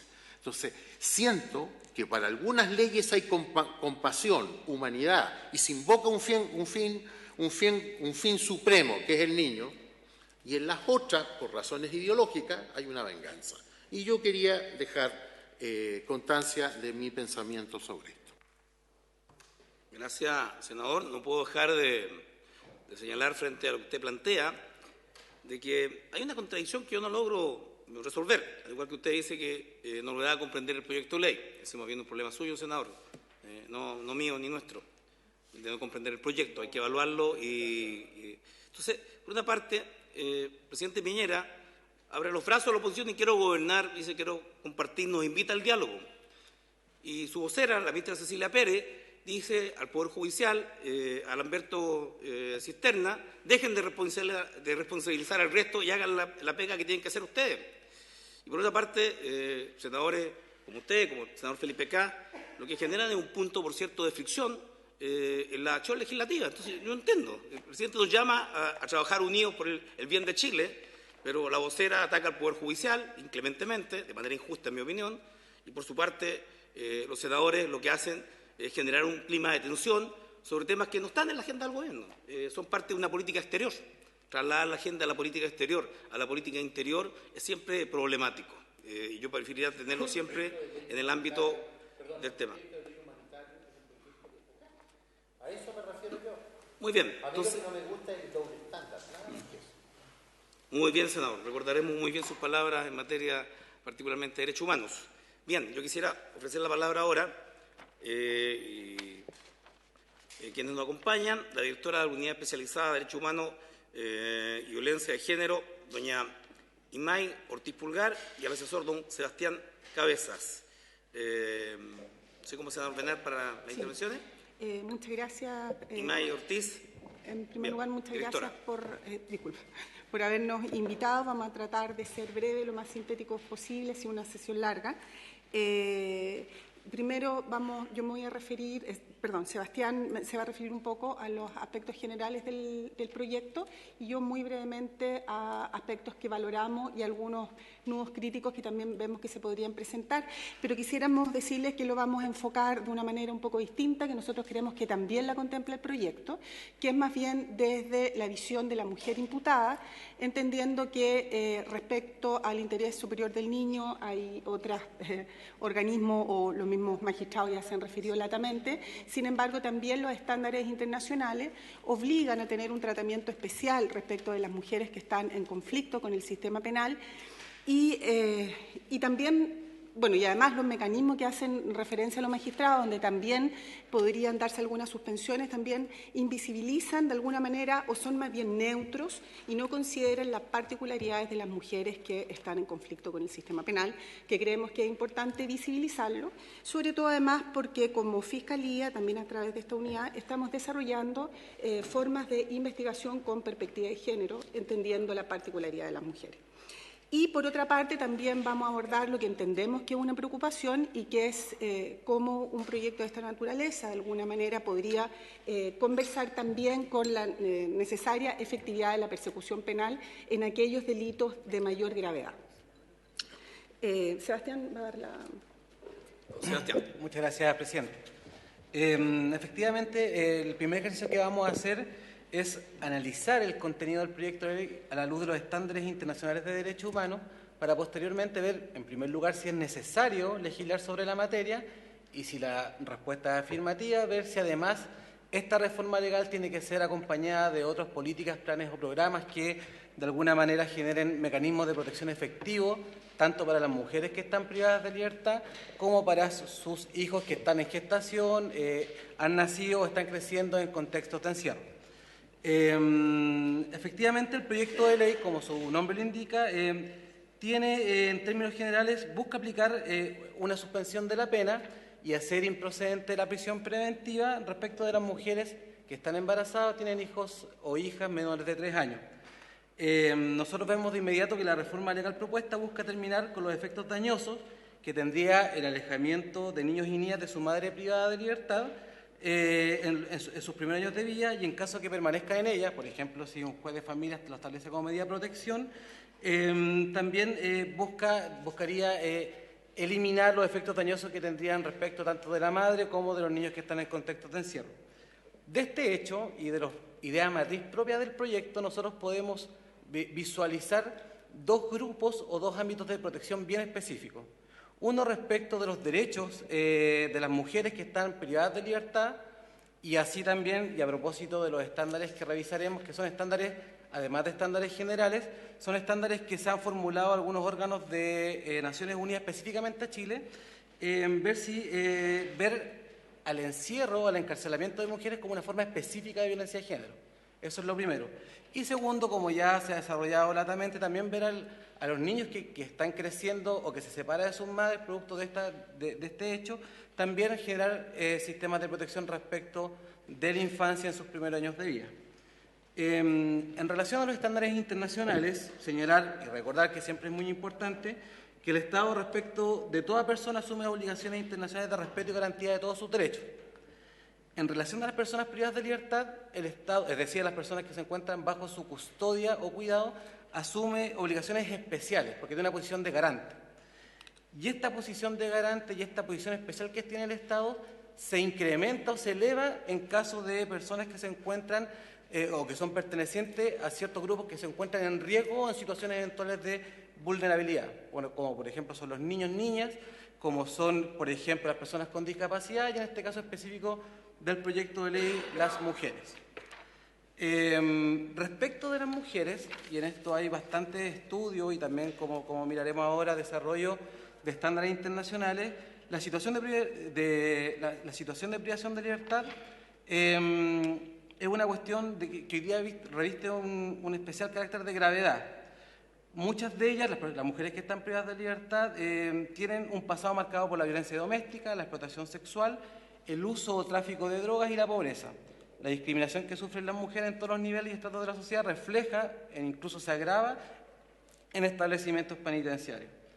La privación de libertad hoy más que nunca está afectando especialmente a las mujeres, no solamente en Chile, sino que es todo un fenómeno global. Así lo señaló el informe de la Relatora Especial de Violencia contra la Mujer, específicamente desarrollado respecto de todos los países que forman las Naciones Unidas respecto de la situación de las mujeres privadas de libertad. Estos estudios y otros han observado que una tasa significativamente desproporcionada de aumento de las mujeres que son encarceladas.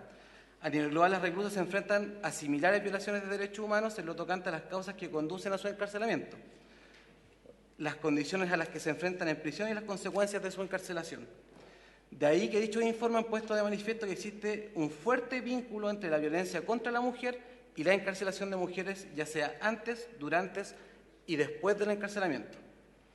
Una de las explicaciones posibles de esta explosión o de este aumento, según algunos, de este encarcelamiento masivo que hoy día están sufriendo las mujeres, son el tráfico de drogas. Diferentes estudios estiman que de un total de mujeres encarceladas en la América, asciende aproximadamente a 70% vienen del tráfico de drogas y específicamente del tráfico de drogas de pequeñas cantidades. En el 2015 hubo un estudio importante, el cual se dio detalle en la sesión pasada de esta comisión, respecto de la situación de las mujeres privadas de libertad en Chile por tráfico de drogas. Este estudio del 2015 señalaba que de las 42.078 personas, mujeres privadas de libertad, en 2015 3.126 eran mujeres, y de ellas 1.889 se encontraban privadas de libertad por delitos relacionados con el tráfico de droga, a lo que corresponde al 58,9% de la población femenina recluida. Es contundente la evidencia que muestra que el encarcelamiento de mujeres en poco o nada ha contribuido a desmantelar las grandes redes de narcotráfico. Y también no ha sido muy efectivo para efecto de mejorar la seguridad pública. Por el contrario, la cárcel suele empeorar la situación, dado que reduce la posibilidad de que encuentren un empleo decente y legal, cuando recuperen la libertad, lo que perpetúa el círculo vicioso de la pobreza vinculado al mercado de drogas y el encarcelamiento. La situación antes descrita se torna aún más compleja cuando se considera que estas mujeres son cabezas de hogares uniparentales que fueron madres a muy temprana edad, con niveles muy bajos de educación, pobres y en algunas situaciones de indigencia. Dichas características permiten establecer casi una relación directa con el involucramiento con el delito. Esta situación de especial vulnerabilidad que se encuentra en las mujeres privadas de libertad ha empujado, ha estimulado a diversos órganos convencionales y no convencionales de Naciones Unidas a establecer una serie de recomendaciones a los Estados respecto de las mujeres que se encuentran privadas de libertad y en específico a las mujeres que están embarazadas en contextos de encierro. Es interesante mirar inmediatamente la convención más específica. Las normas relativas a tratados generales ya las remitió la subsecretaria, así que no me voy a repetir al respecto, pero es interesante ver que en la Convención para la Eliminación de la Discriminación contra la Mujer, CEDAW por su sigla en inglés, en el artículo 12.2 señala inmediatamente que los Estados partes deberán garantizar a la mujer servicios apropiados en relación con el embarazo, el parto y el periodo posterior al parto, proporcionando servicios gratuitos cuando fuera necesario y le asegurarán una nutrición adecuada durante el embarazo y la lactancia. El Comité de Derechos Humanos, en la observación número 28, haciendo como una lectura específica de esta norma de carácter general que se encuentra en la Convención CEDAW, establece que las mujeres embarazadas que estén privadas de libertad deben ser objeto de un trato humano y debe respetarse su dignidad inherente en todo momento y en particular durante el alumbramiento y el cuidado de su hijo recién nacido. Los Estados partes deben indicar qué servicios tienen para garantizar lo que antecede y qué formas de atención médica y de salud ofrecen a esas madres y a sus hijos. Por su parte, el Comité CEDAW, en el mismo sentido, en el examen del 2018, del año pasado, en febrero del 2018, recomendó a Chile, en el mismo sentido en la reforma que eventualmente se está estudiando en el Ministerio de Justicia a través de la modificación del reglamento de establecimientos penitenciarios y una eventual legislación en materia de ejecución de pena, se incorpore la perspectiva de género y se realice una protección reforzada a mujeres que se encuentran en situación de gravidez o que hayan dado a luz y también esa protección debe ser consecuencialmente aplicada a sus hijos e hijas. Es importante también, y me voy a detener porque esto está sobre la base de todo la idea sobre la que subyace el proyecto y también para identificar si es necesario o no una legislación en este sentido. Las reglas de Bangkok, a la cual hacía mención la subsecretaria, que son reglas de tratamiento de reclusas y mujeres privadas de libertad de Naciones Unidas, que adoptó el Consejo de Derechos, la Asamblea General, señalan en su regla 23 que parten identificando que la prohibición del contacto familiar, especialmente el contacto con los hijos, tiene un alto impacto dañoso en el bienestar mental de las mujeres detenidas, como también en los niños involucrados, lo que debe ser evitado a menos que el niño tenga necesidades particulares de protección, necesidades especiales de protección. La regla 64, por su parte, ya constata también y señala que las cárceles no están diseñadas para que las mujeres embarazadas y las mujeres con niños pequeños.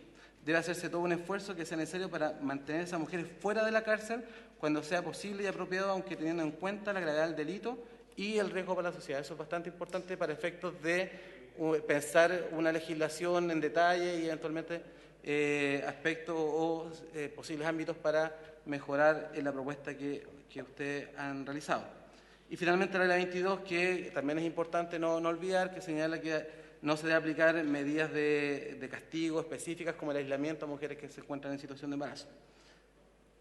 En relación, como les comentaba al principio, también es muy importante que es como una sistematización de todas las recomendaciones que se han hecho en materia de mujeres privadas de libertad, el informe especial, de la Relatora Especial sobre Violencia contra la Mujer sobre las causas, condiciones y consecuencias de la encarcelación para las mujeres de 2013. En relación a las mujeres embarazadas o mujeres con hijos en periodo de lactancia, la Relatora Especial sostuvo que el encarcelamiento de las madres afecta a un elevadísimo número de niños en todo el mundo.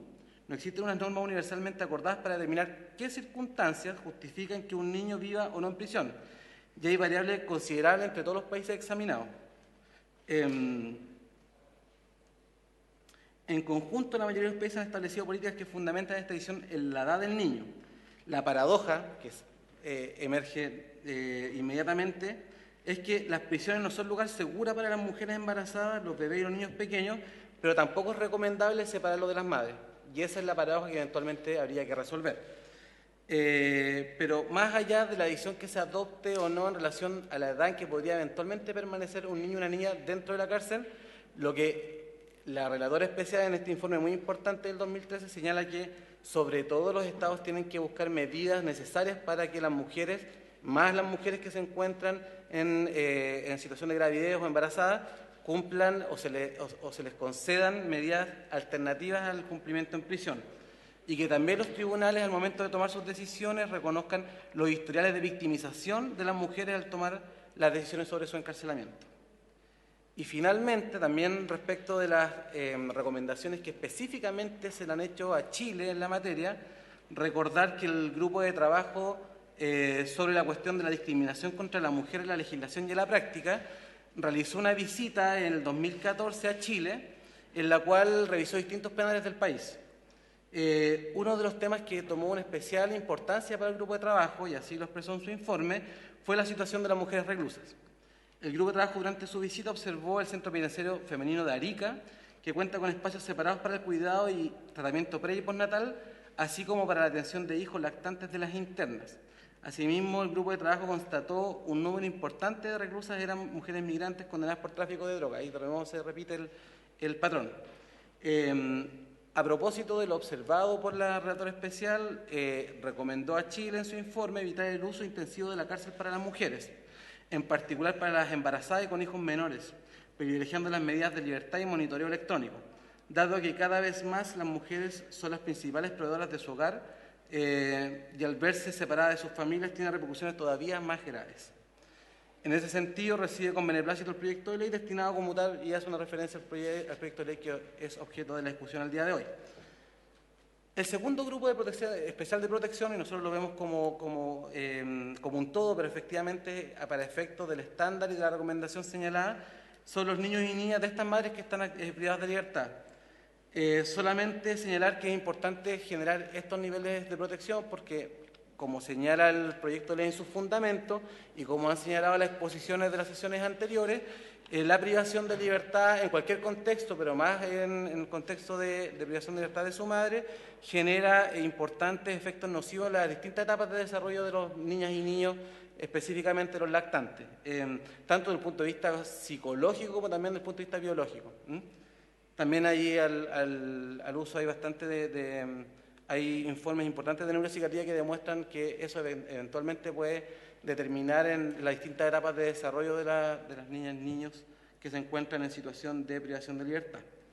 Respecto a los estándares, solamente y en forma muy general, y así le doy la palabra a la jefa de la unidad especializada, señalar que la Convención de los Derechos del Niño es clara al establecer el interior superior del niño como un rector básico, elemental, de todas las políticas públicas que eventualmente se implementen desde los distintos órganos del Estado, y también señalar que el Comité de Derechos del Niño, en las observaciones combinadas del cuarto y quinto informe de Chile del 2015, también realizó recomendaciones específicas en relación a generar niveles de protección especial a niños que se encuentren privados con sus madres en las cárceles de Chile.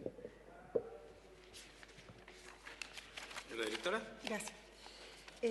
Bueno, el Ministerio Público, teniendo a la vista todas las recomendaciones que los órganos de Naciones Unidas han hecho a los Estados, no puede sino valorar positivamente este proyecto de ley, haciendo ver una vez más que si bien existen medidas que permitirían ser utilizadas por las mujeres, como señalaron los magistrados, estas son mecanismos más bien androcéntricos que no visibilizan las situaciones específicas de las mujeres en conflicto con la ley penal. Esta moción tiene la gran virtud de visibilizar una doble realidad oculta, a saber, el especial impacto que la presión está teniendo sobre las mujeres y los efectos dañosos que la privación de libertad tiene en los niños y niños que se gestan y nacen y crecen en la cárcel. Ahora, si bien el Estado de Chile en su conjunto quiere abordar este problema, además de crear mecanismos alternativos a la prisión para mujeres embarazadas o madres de hijos e hijas lactantes, debe comprometer los recursos financieros necesarios para crear programas de trabajo, de educación, capacitación, de capacidades parentales, etcétera, a fin de que la suspensión de la condena privativa de libertad o eventualmente la prisión preventiva den lugar a un tiempo de transformación de las condiciones que llevaron a la mujer a caer en conflicto con el sistema penal.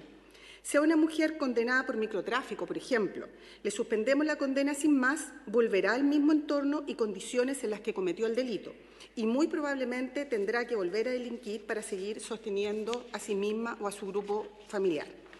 Para generar estas políticas es importante también una cuantificación lo más precisa posible del problema, delimitando cuántas son las mujeres que se encuentran en la situación que pretende abordar el proyecto de ley. Ya hay embarazadas y hasta 2 años, pero el proyecto se extiende hasta los 3 años de los niños. Otro aspecto que es imposible soslayar, como lo identificó el informe de la excelentísima Corte Suprema, es que si bien el proyecto de ley propone disminuir la brecha identificada por los órganos internacionales de derechos humanos en relación a la situación de las mujeres privadas de libertad embarazadas o que dan a luz en esa condición y así proteger el interés superior de niños y niñas, en la práctica de alguna manera está reafirmando el rol histórico de cuidadoras que han tenido las mujeres.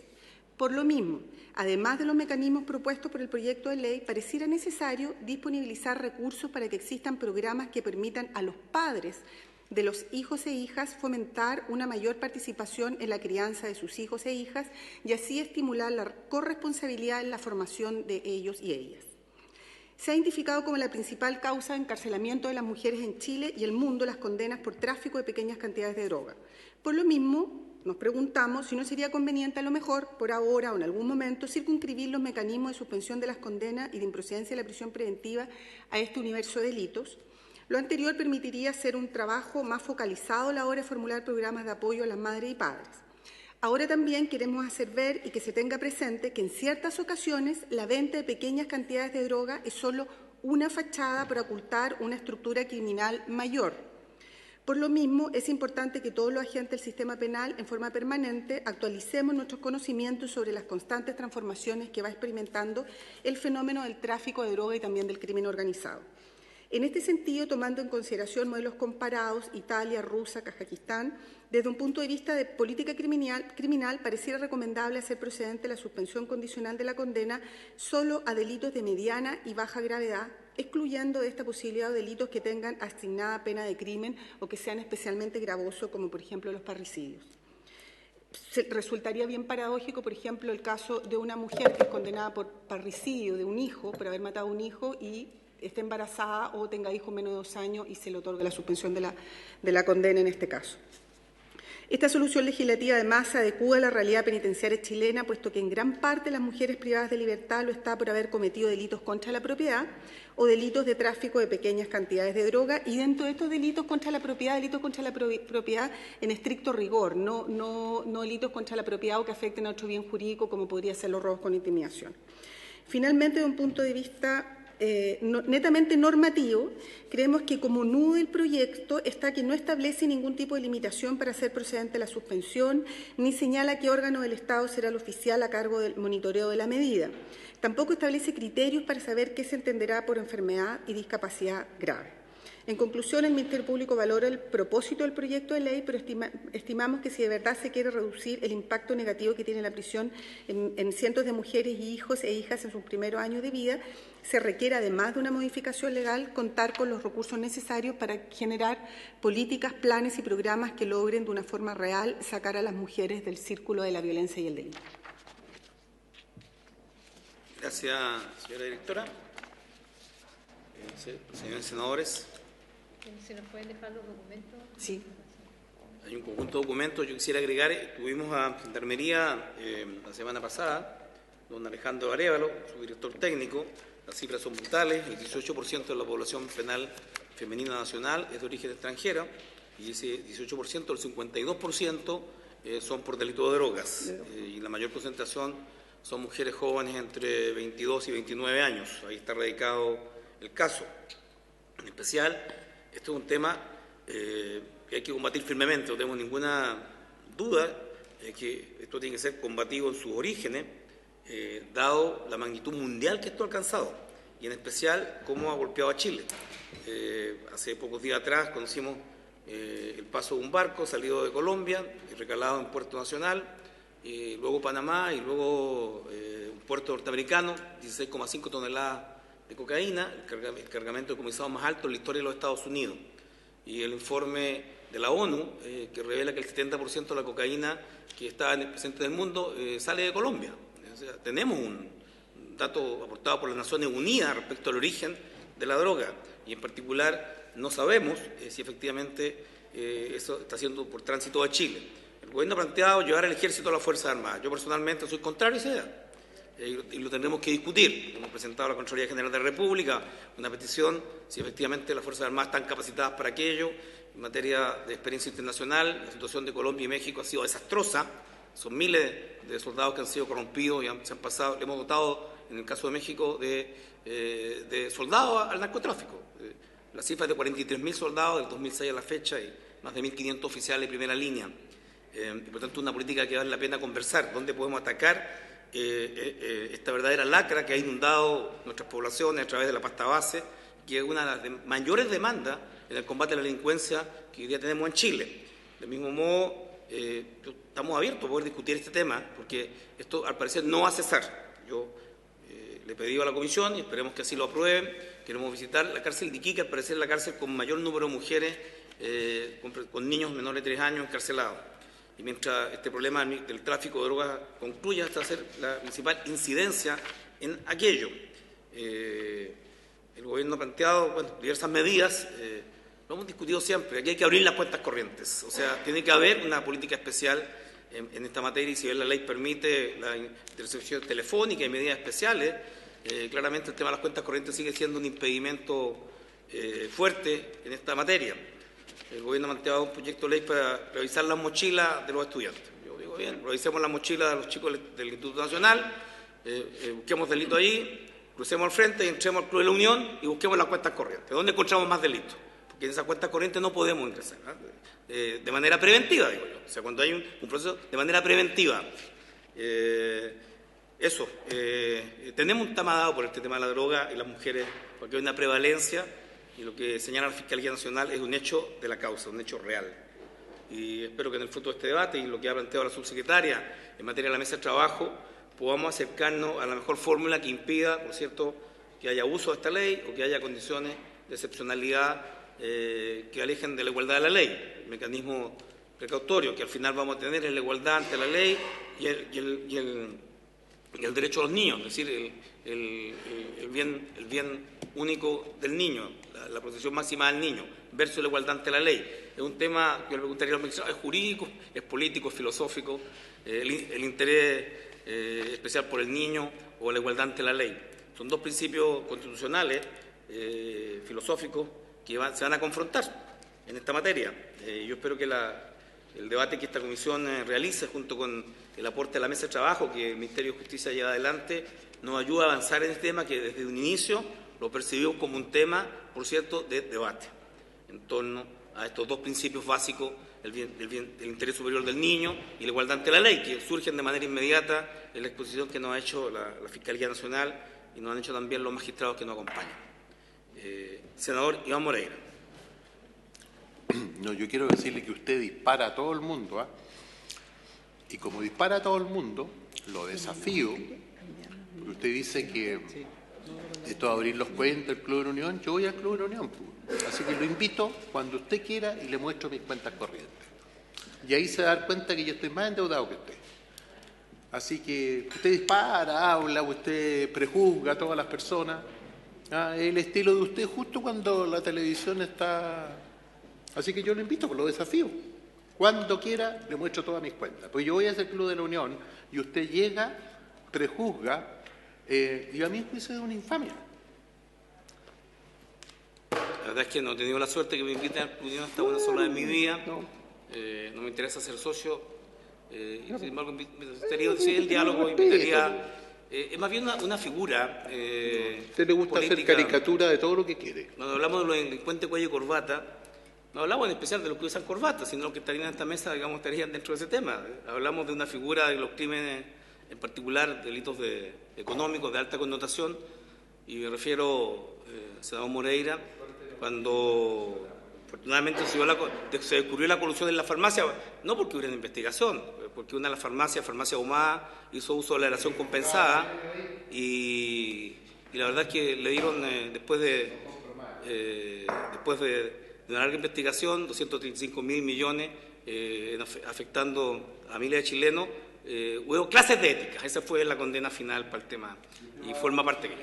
Muy bien, quisiera decir a la señora secretaria, hay un tema que debe resolver la comisión en materia de Instituto Nacional de Derechos Humanos.